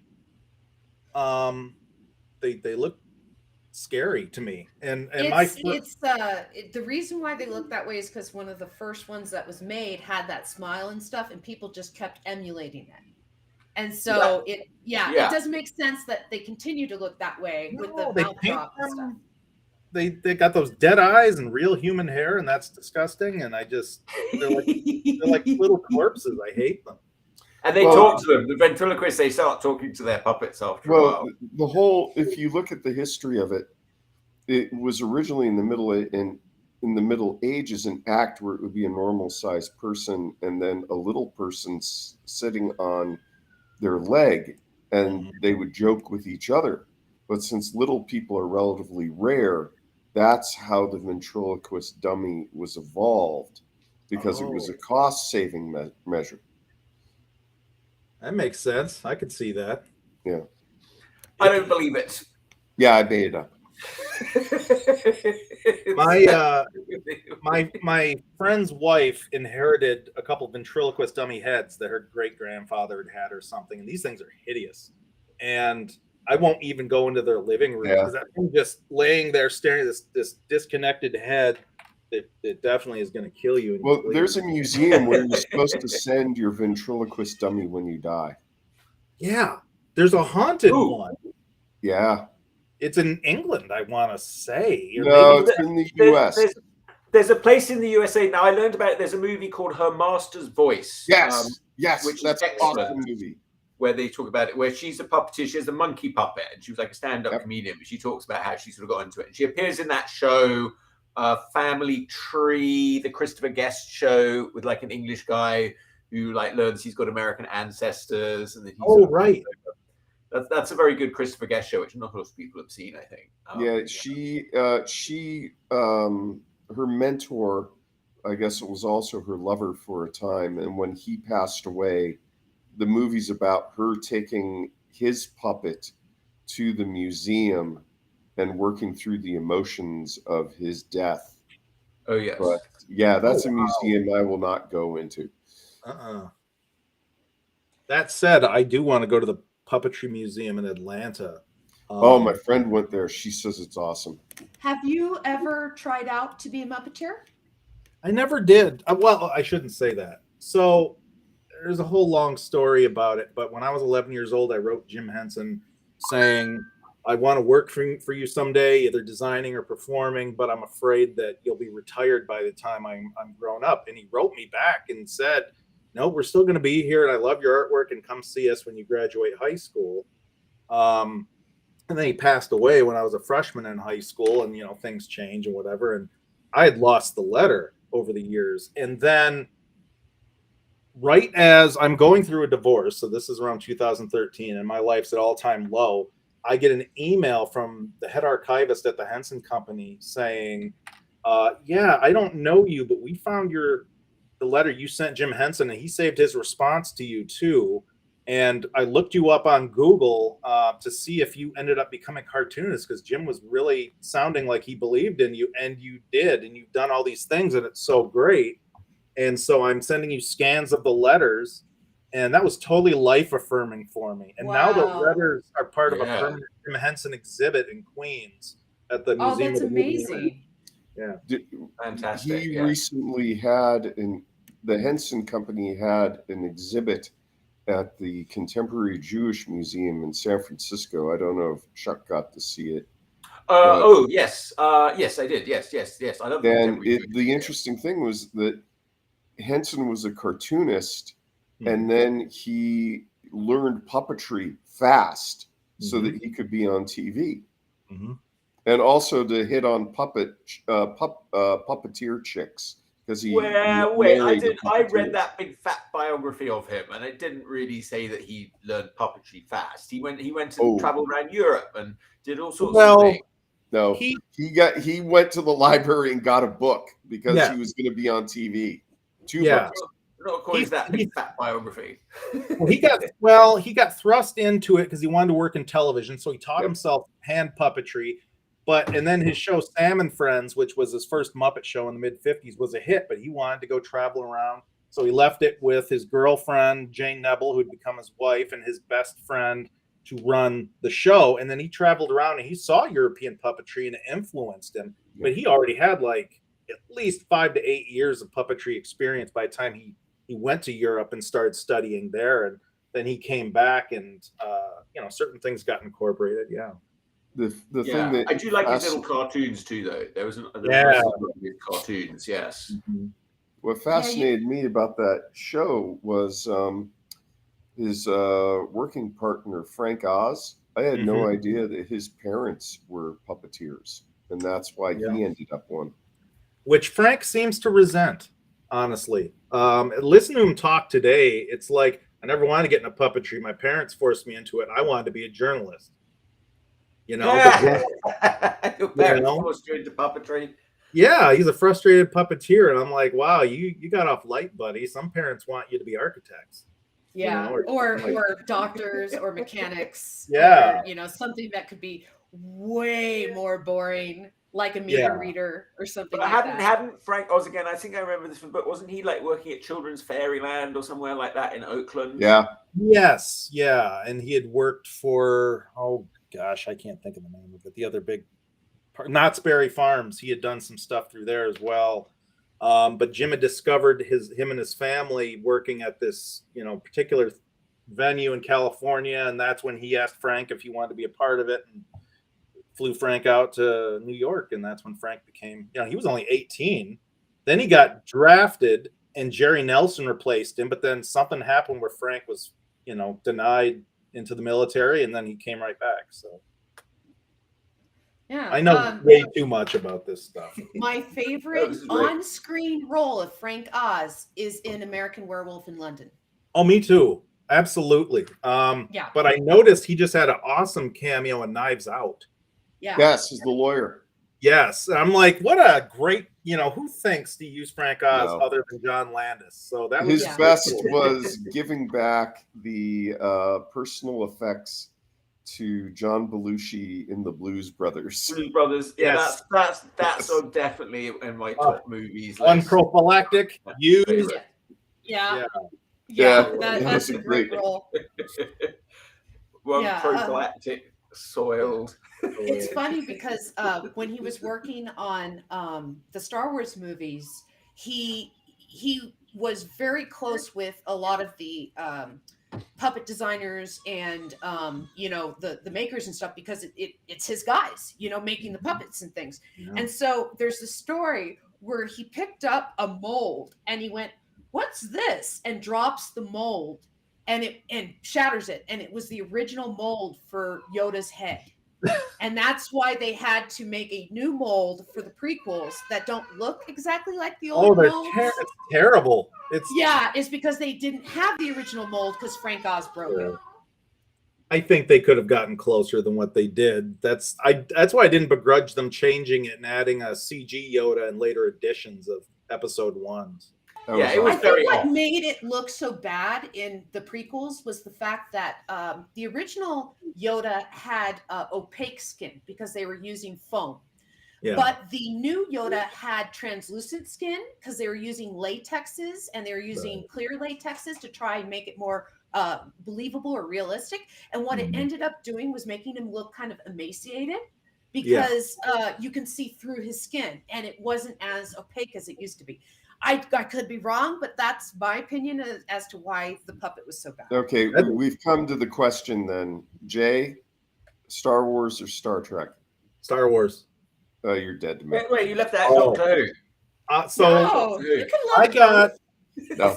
a friend of mine is now the editor of the Star Trek comics and over at IDW, and she asked me if I would do a cover for their new series on Star Trek Lower Decks. And I said, sure, you should know I hate Star Trek. Hate it? I hate it. It's well, whether that's we why were doing so well, Jay. We were doing, you and I. it's We an were loving extreme it. reaction, I know, but I always found it boring. It never appealed to me. And We need to screen our guests better. yes, you I'm do. glad I'm meeting you now and not halfway through my I was doing a several years long binge through all of Star Trek. I've now moved on to Doctor Who. But, Okay, when I was reading Moby Dick, someone told me it was the most boring book ever written, and I could never read any more of it after that. So I'm glad you didn't tell me in the middle of my binge. Do you like Judge Dredd? Yes. Okay, then we're good. Yes, I love Judge Dredd. As a matter of fact, one of my favorite Batman comics was, Batman and Judge Dredd. Okay. Simon Bisley had painted the whole thing just freaking gorgeous. Ooh, okay, I'm gonna be right back. Hang on. Yeah, One of our viewers is saying, "Have you tried Lower Decks yet?" Yeah, Lower Decks is awesome. And it says Star Trek plus drinking and shenanigans. Yeah, I just never had use for Star Trek, and I don't begrudge people that love it because I tend to love a lot of things that most people hate. So. Well, when you were growing up reading comics, did you ever read any of the undergrounds like Fabulous Furry Freak Brothers, Robert Crumb? Von Bodie is one of my all-time biggest heroes. So, yes, big influence. I do love Robert Crumb's stuff. Not all of his stories jibe with me, but I do love his stuff. I'm sad his wife just passed away. It was extreme. Yeah. She was the one who pretty much did the interactions with the public for him. And she was the one who would gather letters and say, okay, let's let him respond to these letters because these ones aren't insulting his art or whatever, to kind of protect his very delicate ego. He's the most normal in his family. Yeah, and I mean she did that almost his entire career. Not because Robert Crumb needs, coddling or anything like that, but because she understood that he was a sensitive guy. And if he gets wrapped up in his head, he doesn't produce work. And so if he's producing work, they both eat. That's right. You're right. Yeah. All right, well, so I'm going to sidetrack you now because Jay mentioned Judge Dredd. So I just want to show you my little Christmas present arrived here. Do a little bit of unboxing. Oh man, that's beautiful. love it. You This haven't is the even taken reissue. it It out looks of very the nice. You can tell plastic it's the yet. reissue because they've got there's Dread on the side there, but that's the original Bolan cover. I don't really want to open it. It's too nice. Is that a Oh, book or is that No, a you have game? to open that. You have to read it. Yeah, you can't. I Just also got like a Judge Fish. They've got a special Judge Fish token. Oh, Now, cool. is that a slip-covered collection book? What is that, Chuck? It's a board game. It's the original it's the Judge game. Dredd board game that they released Yeah. at some point, I think, in Yeah, the 80s. You can't open that. You'll destroy the resale value.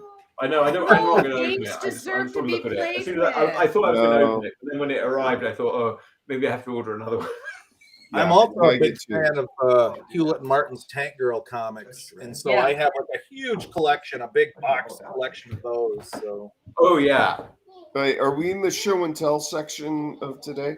yeah. If you like. evidently, now that Okay, I've hang on. down I got to turn my camera off. Yeah, I'll be well, back in a minute.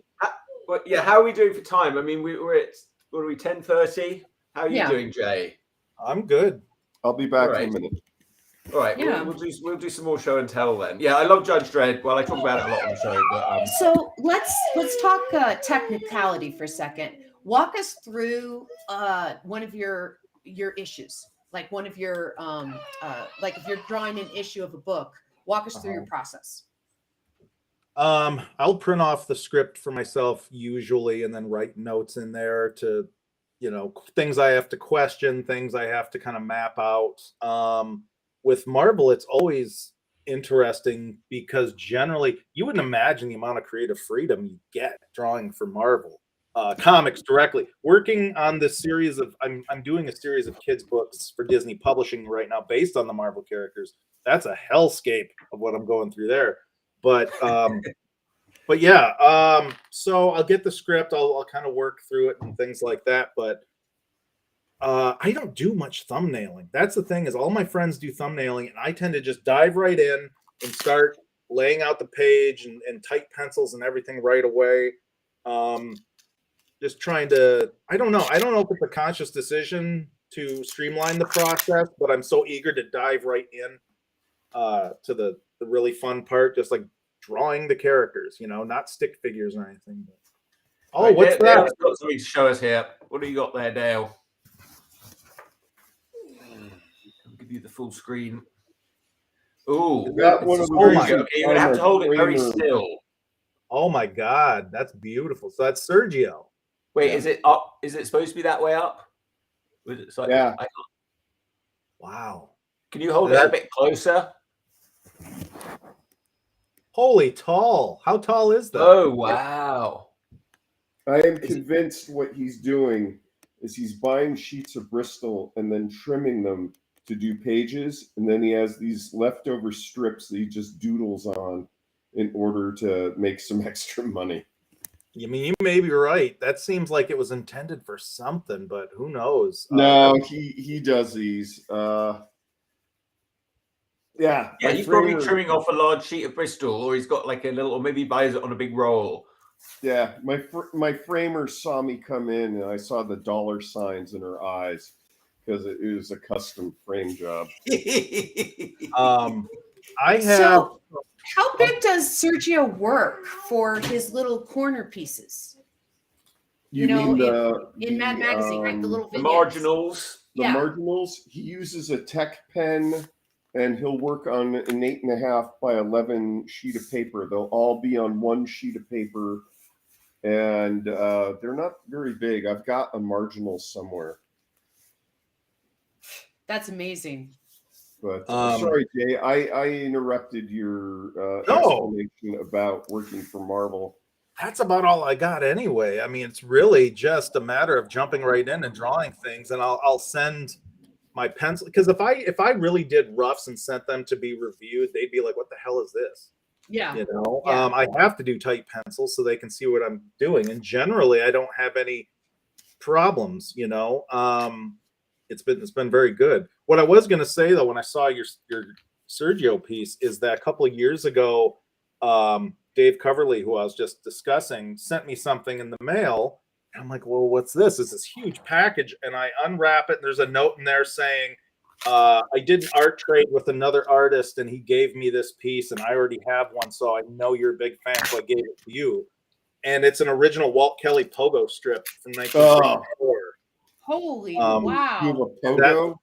Yeah, it's, oh my god, I have it hanging up. I got can't really see it, but it's I got the whole special glass for like animation cells and things, and did all of that, and you know, so that's pretty much the prize of my collection. But I've got some other stuff. I got oh my god, that's beautiful. Oh, wait, it's flipped. I can't read it. What's he saying, Dale? Have a New Year or Happy New Year? I love the way he draws fountain. Draw every day. Yeah, draw every day. Dale. Which is why I have this wrapped up and put away. Yeah. So he doesn't feel guilty. No, I've got a lot of original art hanging in my studio. Adam Hughes was doing, I think it was like $40 marker sketches, just really quick ones at my favorite con in Cincinnati. And I said, would you draw my character Charlie from Bodie Troll? He goes, yeah. And it's one of the greatest things of my entire life. So. Do you have a Holy Grail original that you would love to get by a certain artist? Is there an artist who's original that you really wish you had? Boy, I mean, I would always want more Walt Kelly. I would love one with Porcupine because he's my favorite character in the pogo strips. But I went to the Billy Ireland Cartoon Art Museum in Columbus a few years ago, and I got to go into their archives, and I held like original Crazy Cat strips and original pogos and original Little Nemo and Slumberland and the very last Calvin and Hobbes. They have you put on white gloves and everything, and it's amazing. They had me do that when I went through the Superman archives at the Smithsonian. They had me put on love that though. That's how you need to do it. That's how you preserve these. I mean, if it wasn't for guys like Bill Blackbeard, we wouldn't have any of this stuff. So yeah, it's quite ephemeral, and it would sort of go away quite quickly if people weren't taking care of it. And you know, and then one day people will be like, "Where did it go?" Yeah. Well, what about? I mean, who was it that used to go around to the DC and Marvel offices and just would buy stacks of art back in the 70s and 80s? I forget his name, but he used to sell the art at like San Diego Comic-Con. He had a booth and stuff like that. But this guy had this amazing trove because artists, you know, they only get paid so much for the page. And he'd be like, yeah, I'll buy 4 pages off of you for $100 a page. And this was like back in the 70s. So they're like, excellent. Here's your page for, you know, I get the $100. And then he had this huge stack he started selling. Like, I don't remember his name. I don't even know, but I wish I had collected more as a kid. I've still got all my comics from when I was a kid. They're not in mint condition. They're loved, you know, but I've got them all. Yes, unfortunately, the whole grading business makes it quite, you know, they've got to be in excellent condition. Yeah, really. you need to get them slabbed as soon as you buy them. The way I look at it, my toys that have been played with and my comics that have been read makes other people's worth more. Yes. Yeah. Well, I've got to think about all these. My Judge Dredd game here. Am I going to play it, or am I just going to treasure it? You should play it. Games I'm going to play it probably. No. Yeah. If I can find someone to play it with. Don't I'm not listen going to to until I find someone. the only toy I have that I kept in the box was an original 1981 Kermit the Frog doll with the trench coat and the felt hat. Because I had one as a kid and I lost it, and my ex had bought it for me. That was Muppets Take Manhattan, right? No, it was before Muppets Take Manhattan. So it was basically a doll they made of the old news reporter Kermit from Sesame Street. Yeah, when he was a reporter. Yeah, that's what I was thinking. So I've got that on a shelf. You wouldn't even be able to see it from here, but yeah, I've got a lot of crap is what I got. But I do love that bit in Muppets Take Manhattan when he loses his memory and he thinks he's a business frog. Yes, absolutely. Favorite Muppet bits. Yeah, the problem with being an I don't know if you guys you just won Dale over. Yeah, this is that Christmas ornament just came out of Charles Schultz's desk, and I know it's a little bright. Wait. Where did you get that? It was at a Hallmark or? It was a Hallmark release, but they all sold out by July, and my aunt didn't find anything And Yeah, I don't know what they you were paid for sold it. out before. Yeah, I'm the not season allowed to ever get near started. that desk. It turns out the Shoals Museum has a rule against licking it. Oh, well, good to know now before I go out there. Have you been there? No, that's definitely on my bucket list of things to do. Like when I got to go to the Henson offices in Queens, I've been there a couple times now, and I got to see the workshop and everything. And that With the was drawers of eyes. Where you yes, just open up drawers and drawers and drawers, Yeah. and there's all these different eyes, there's all these different noses, there's all these different mouths. Yeah. that was top of the mountain for me. And they had like Snuffleupagus there, but Yeah, stuff in the rafters. he's hanging from the ceiling on chains, so it looks like Hellraiser Snuffleupagus. Yeah. But I got a picture with him, and I got a picture with, they have like a posable Cookie Monster there as well. So I got my picture taken with him. So. Did they let you be the left hand of Oscar the Grouch? Oh, nope, I didn't get to do that. I got to be the left hand of Oscar the Grouch. That would be amazing. Yeah, when I got to visit, and I got to like put my hand over the thing and then just kind of do this. It was fun. There's Hellraiser Muppets. Here's Muppet Hellraiser, yeah. And I've done some parody pieces with the Muppets. Like I used to do cartoons for Rue Morgue magazine, so I would do stuff that lampooned horror films or whatever. And once I drew John Carpenter's The Thing, but with Muppets, and that was a ton of fun. Oh yeah, that sounds good. Are you a horror movie fan? Yes, I am a big horror movie fan. So, okay. Ooh, have you seen Barbarian yet, Jay? yes, it's brilliant. And that was great. Yeah, I just saw that the other day. I don't know if they actually shot in Detroit for that neighborhood, but it sure looks like a Detroit neighborhood. What are some of your favorite horror movies? So I'm a big werewolf guy. So American Werewolf in London, my all-time favorite. Close Jenny second. Agutter. Yeah, close. Oh, Jenny Agutter. I think today's her birthday, actually. It's a few days ago. She's 70.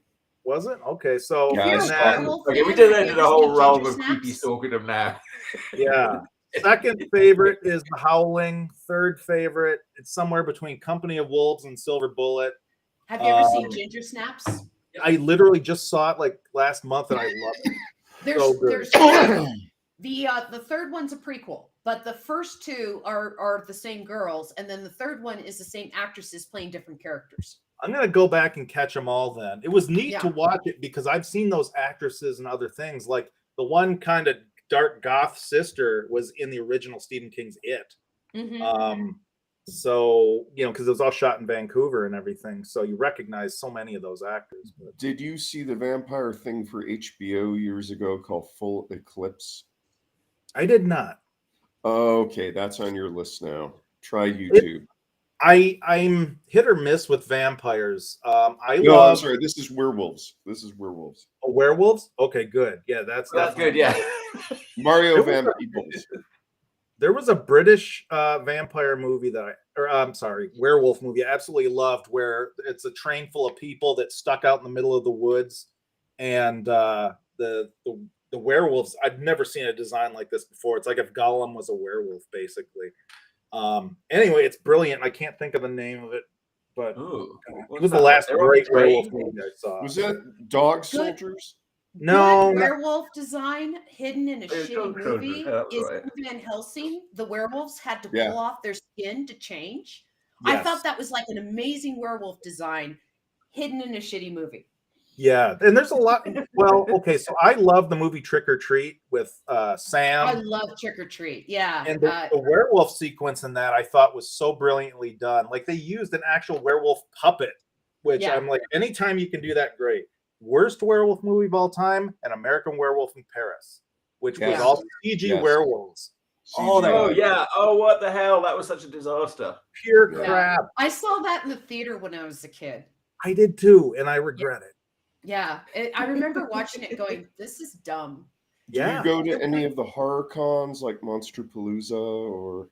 I wanted to. I haven't. We have one here in Detroit that is on the smaller side. It's like Nightmare Nights or something like that. And it's okay, but I mean, it is a tight little space and you can't really.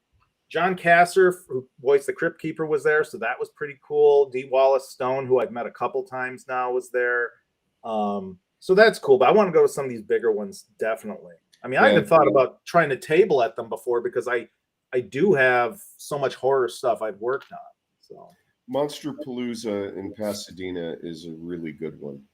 Oh, I can only imagine. I've seen photos on Instagram. I follow them, and you know, Rick Baker talks about them, and guys like that. I like practical effects. I like the puppetry. Me I mean, too. in essence, Jim Henson helped create horror Yeah. technology because he advanced puppetry. Yes. Well, it's interesting because, you know, Jim Henson was trying to create this genre of dark fantasy that was, you know, PG-13, so it's okay for kids, but it scares them a little. And it's like when he passed away, that genre went away. Yeah. You know, I mean, with the Dark Crystal and everything that he was able to do. Nobody's trying too much to sort of really disturb kids anymore. I mean, that used to be the goal. Like in the early days, there were things like, you know, the Victorians, they had Struwwel Peter from Germany, where like all these horrible things were happening. You know, the Grimm's fairy tales before that. Like progressively, it's got sort of softer and softer over the years. Kids don't have to worry so much about it.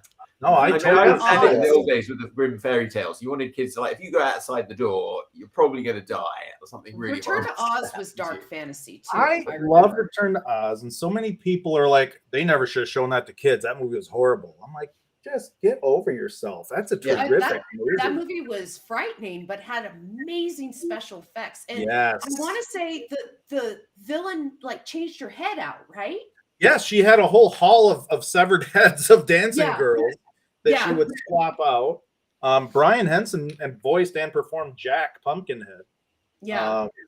Anyway, I love that movie. That was the first movie I saw alone in a theater. So.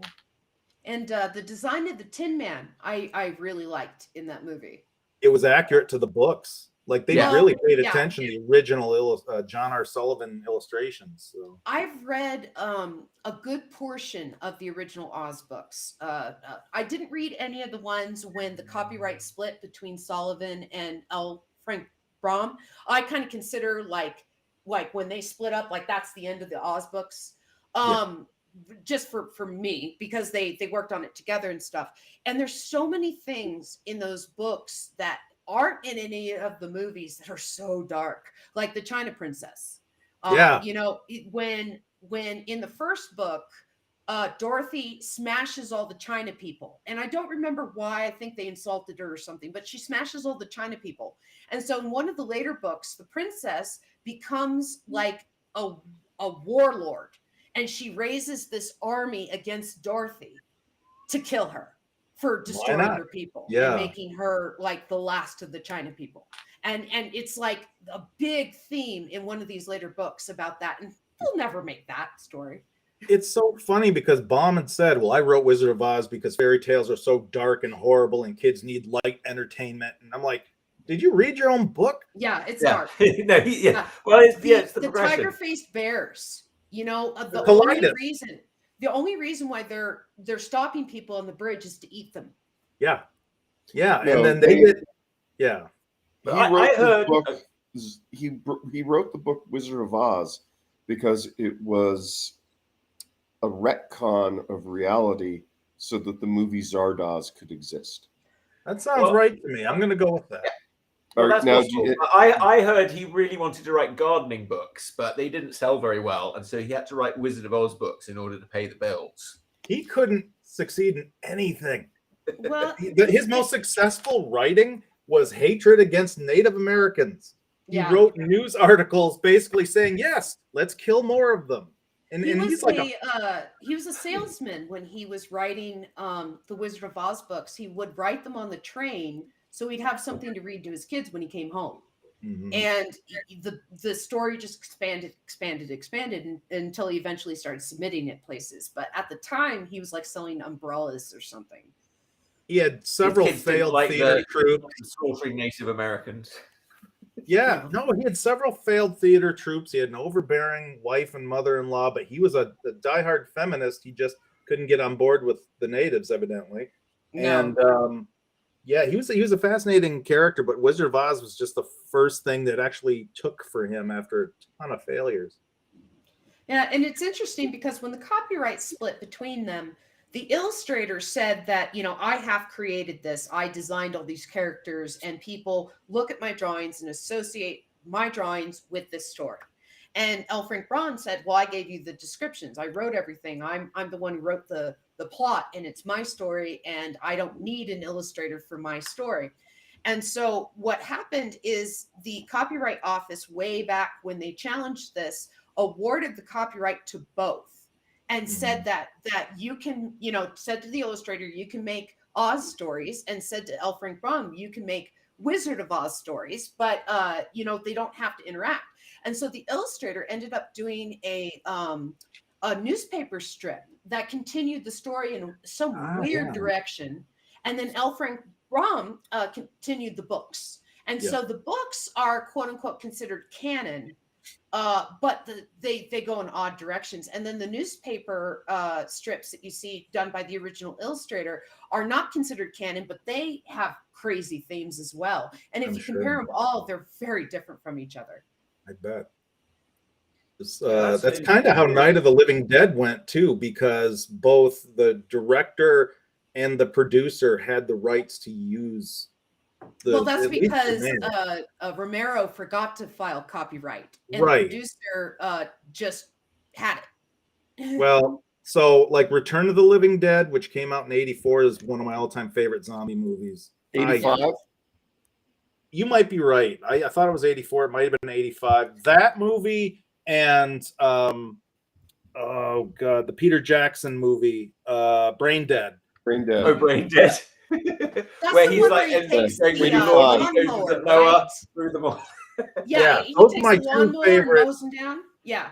Oh my. 85 was also the year of Reanimator and Life Force. That was Reanimator. I loved Reanimator so much. They had similar puppetry in Return of the Living Dead and in Life Force. Those emaciated skeletal puppets. Yeah, I love Screaming Mad George was the guy who did the effects in Reanimator.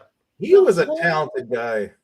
The whole scene he did some amazing fun effects. The whole scene in Return of the Living Dead with the half dead corpse. Yep. Right. And they're asking, like, why are you trying to eat brains? And she's like, I can feel myself rot and stuff like that. Like you feel for that creature, even though it's a horror comedy, and you're not supposed to have any emotions in a horror comedy. It's just supposed to be fun action. But you're sitting there going like, oh my gosh, they can feel things. Guillermo del Toro in the first Hellboy. So you have the woman in Return of the Living Dead on the table with her spine swinging back and forth like a tail. Yeah, and then in Hellboy, in the cemetery scene where he gets the guide who's doing that as well. That's Guillermo del Toro's a huge horror fan, so that was a lovely steal. It really was. That was a great little nod. You guys, if you haven't, see his Pinocchio. It is. Yeah. Oh, I haven't seen it yet. It's amazing, and it's dark. Oh yeah. Yes. That looks great. Yes. It's also a tour de force of 3D printing. There's articles out there. Yep. These were designed in ZBrush and then I think printed in metal. They used the same techniques that they did for Paranorman, which is where they 3D print them.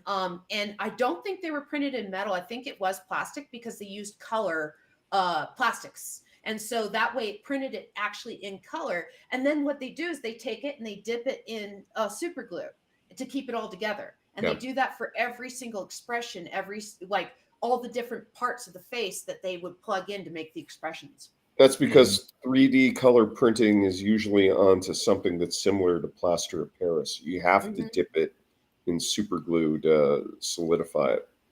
Yeah, when Paranorman, when they finished making that movie, they had so many faces and so many bodies and stuff like that, that they literally just made little plaques for everybody that worked on the movie. And they're like, here's a face, and they made like thousands of these. And I think they still had more than the amount of people that worked on the movie. Yeah. Paranorman's a fantastic movie. That was really I think after Coraline, it's the best Leica movie. I liked it more than Coraline, actually. I liked Kubo and the Two Strings. I thought that was an amazing movie. I thought the look was great. I thought the story was a little off somehow. I can give that, but it has kind of an Eastern pacing to the story. And maybe it's because I watch a lot of anime and I watch a lot of like foreign Japanese, Korean, and like, you know, Chinese movies and stuff like that, that the pacing seemed right to me. Okay. I like Wallace and Gromit. I love Wallace and Gromit. I love everything that they produce. I also like a little bit of Postman Pat. With my 2-year-old. What? I didn't catch that. What was that? I love Postman Pat. Oh yes, yeah. Postman Pat. No, what? Hell, that's for little children. I love Shaun the Sheep. Damn the little children. We've been watching Shaun the Sheep with my 2-year-old. Postman Pat. The Shaun the Sheep movies are brilliant. I love them. I even are you watching Fireman Sam as well? That's the updated Postman Pat. Isn't Fireman Sam animation? I think Fireman Sam's a spin-off of Postman Pat. I'm not sure about Bob the Builder. Bob the Builder, I think, was developed completely separately. That's a rare creator-owned property. It took him many years to come up with Bob the Builder. I don't know. And then there's the one that Chris mentioned last time he was on the show about the waving penis and what is it? Oh, Denmark? yeah. There's a kids show where a guy has a really long like prehensile penis and it like does. Oh yeah, that's Scandinavian. All right, yeah, that's my relatives. My in-laws are Scandinavian. They're okay, so Scandinavian. Okay. Well, you guys have seen Peppa Pig. Peppa Pig's head looks like the male anatomy. Yes. Yes. Peppa Pig's huge. Peppa Pig got huge in China, apparently. Yeah. You know, because it does, doesn't it? Yeah, I never saw that. But that's the secret of Peppa Pig. Yeah. Like 2-year-old, I'm pretty versed in kids' cartoons right now. And I will have to say this, that the Mickey Mouse shorts that they have on Disney Plus are fucking brilliant. Oh, absolutely. They are, I mean, it's like, you know, Ren and Stimpy and Chuck Jones and all these influences outside of Disney are finally allowed to sneak into Disney and make humor. And it's over. They're spending some time and money on it rather than just banging them out for $1. Well, see, the thing is with Mickey Mouse is if you watch the original Silence, Mickey's a bastard. You know, he pulls tricks on people. He's mean. He will point and laugh. He'll like, you know, kick out ladders from people and stuff like that. And he'll pull out a gun and shoot people. Yeah. Over the years, they've made Mickey nicer and nicer and nicer. But these shorts go back to that bastard Mickey that sometimes is a little selfish. Sometimes he ignores Minnie. Like they have little off things where Minnie's like, well, I think we're going to have to fight. And he's like, Minnie, I think we're going to have to fight. Minnie's like, I just said that. You know, it's like, you know, just these little things that it's like, yeah, Mickey's not the nicest guy in the world in these cartoons. And it makes him a more interesting character. Yeah, absolutely. It was like Popeye. Like Popeye became more and more good as he was drawing. I hated a moral like figure that kids looked up to him. So he introduced introduced Poop Det Pappy to be like Popeye was in the beginning, which was great. I got to draw a Popeye Sunday comic strip for his 90th anniversary. King Features hired me and then several other artists.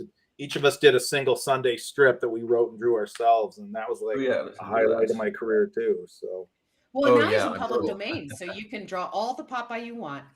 Is it? Because I'm not sure if I gotta look into public domain. He slipped into public domain. I want to say 2 years ago. I know he is in Europe. Is it just Popeye, or is it all of Thimble Theater? And does that include the Thimble Theater? There are some Fleischer Studio animations, and then the later animations are still under copyright for the actual cartoons. But the character of Popeye, all the characters, and then the general story from the Thimble Theater comics and stuff is all in public domain. So you can make Popeye cartoons, and no one's going to stop you. Well, definitely. I want to do how big the warriors are. Yeah, I wanted to do a Popeye graphic novel forever. And the person that has the comic book rights, Craig Yo, is hanging on to those like grim death. So yeah. He's a friend of mine, but he's not showing any interest in doing anything with it outside of doing reprints occasionally. Yeah. Yeah, this is All right. Well, look, it's 10:59. I think that's the show. We haven't Alright, talked awesome. about cannibalism. No, well, we'll save that for next time. We don't always have to talk about cannibalism, Dale. That's something to look forward to. I Jay, appreciate thank you so coming on much the for coming show, on. Jay. You're a man after my own heart, apart from the Star Trek thing, but I'll let that. I'm one sorry slide. about that. Sorry to let you down there. You're dead to me. It's okay. To me, I like them both, and that's cool. Yeah, Xander's dead to me. and they. But Star Doctor Who Trek did it all is first. so silly. Like it's stupid silly, and you kind of have to like wink at the camera a little bit and understand. Yeah, they're just humans in makeup, and they're telling morality plays to us about like what we should do, the right thing, right? And it's melodramatic, right? But that's part of the charm of Star Trek. And Star Wars, on the other hand, is, also melodrama, but it's also space fantasy. And so, the Force doesn't exist, but, we kind of, again, wink to the camera and accept the fact that the Force exists when we watch Star Wars. It's also. Well, Amber, you missed it. Like before you joined as a regular co-host, we did do a whole episode on Star Trek versus Star Wars. You can find it in the show archives. Good to I know. will have to check that out. Yeah. Star Wars is a and Freudian we'll nightmare. talk about it again. So all Jay, about what should people do? You've got jfosgitt.com is your website. If you go there, I got links to everything. So great. So people go check out his work, order a print or a drawing from him. Jay will do you a drawing for a very reasonable price. Yeah. And are you doing any shows? You got any events coming up? The events I've got coming up, I'm hoping that we'll be launching our Bodie Troll Kickstarter in the next couple months. There's been some slowdown with that, but it's my intention to start re-releasing the old comics and doing new ones, and I'll make note of that. But I'll be on the convention circuit, so hopefully if you guys are anywhere in the Midwest or Chicago or places, I'll be at New York Comic Con this year, all things working out. So Yay. Great. Well, thanks a lot, Jay. It's been awesome. Thank you, Amber and Dale. We'll be back again next week, hopefully with our other co-host Chris Porro. We'll be back from his travels. I might have some lighting, so you'll be able to see me like everyone else. And all right, so that's about it. I'm gonna play the theme tune. Jay, if you want to hang around afterwards, we'll say goodbye.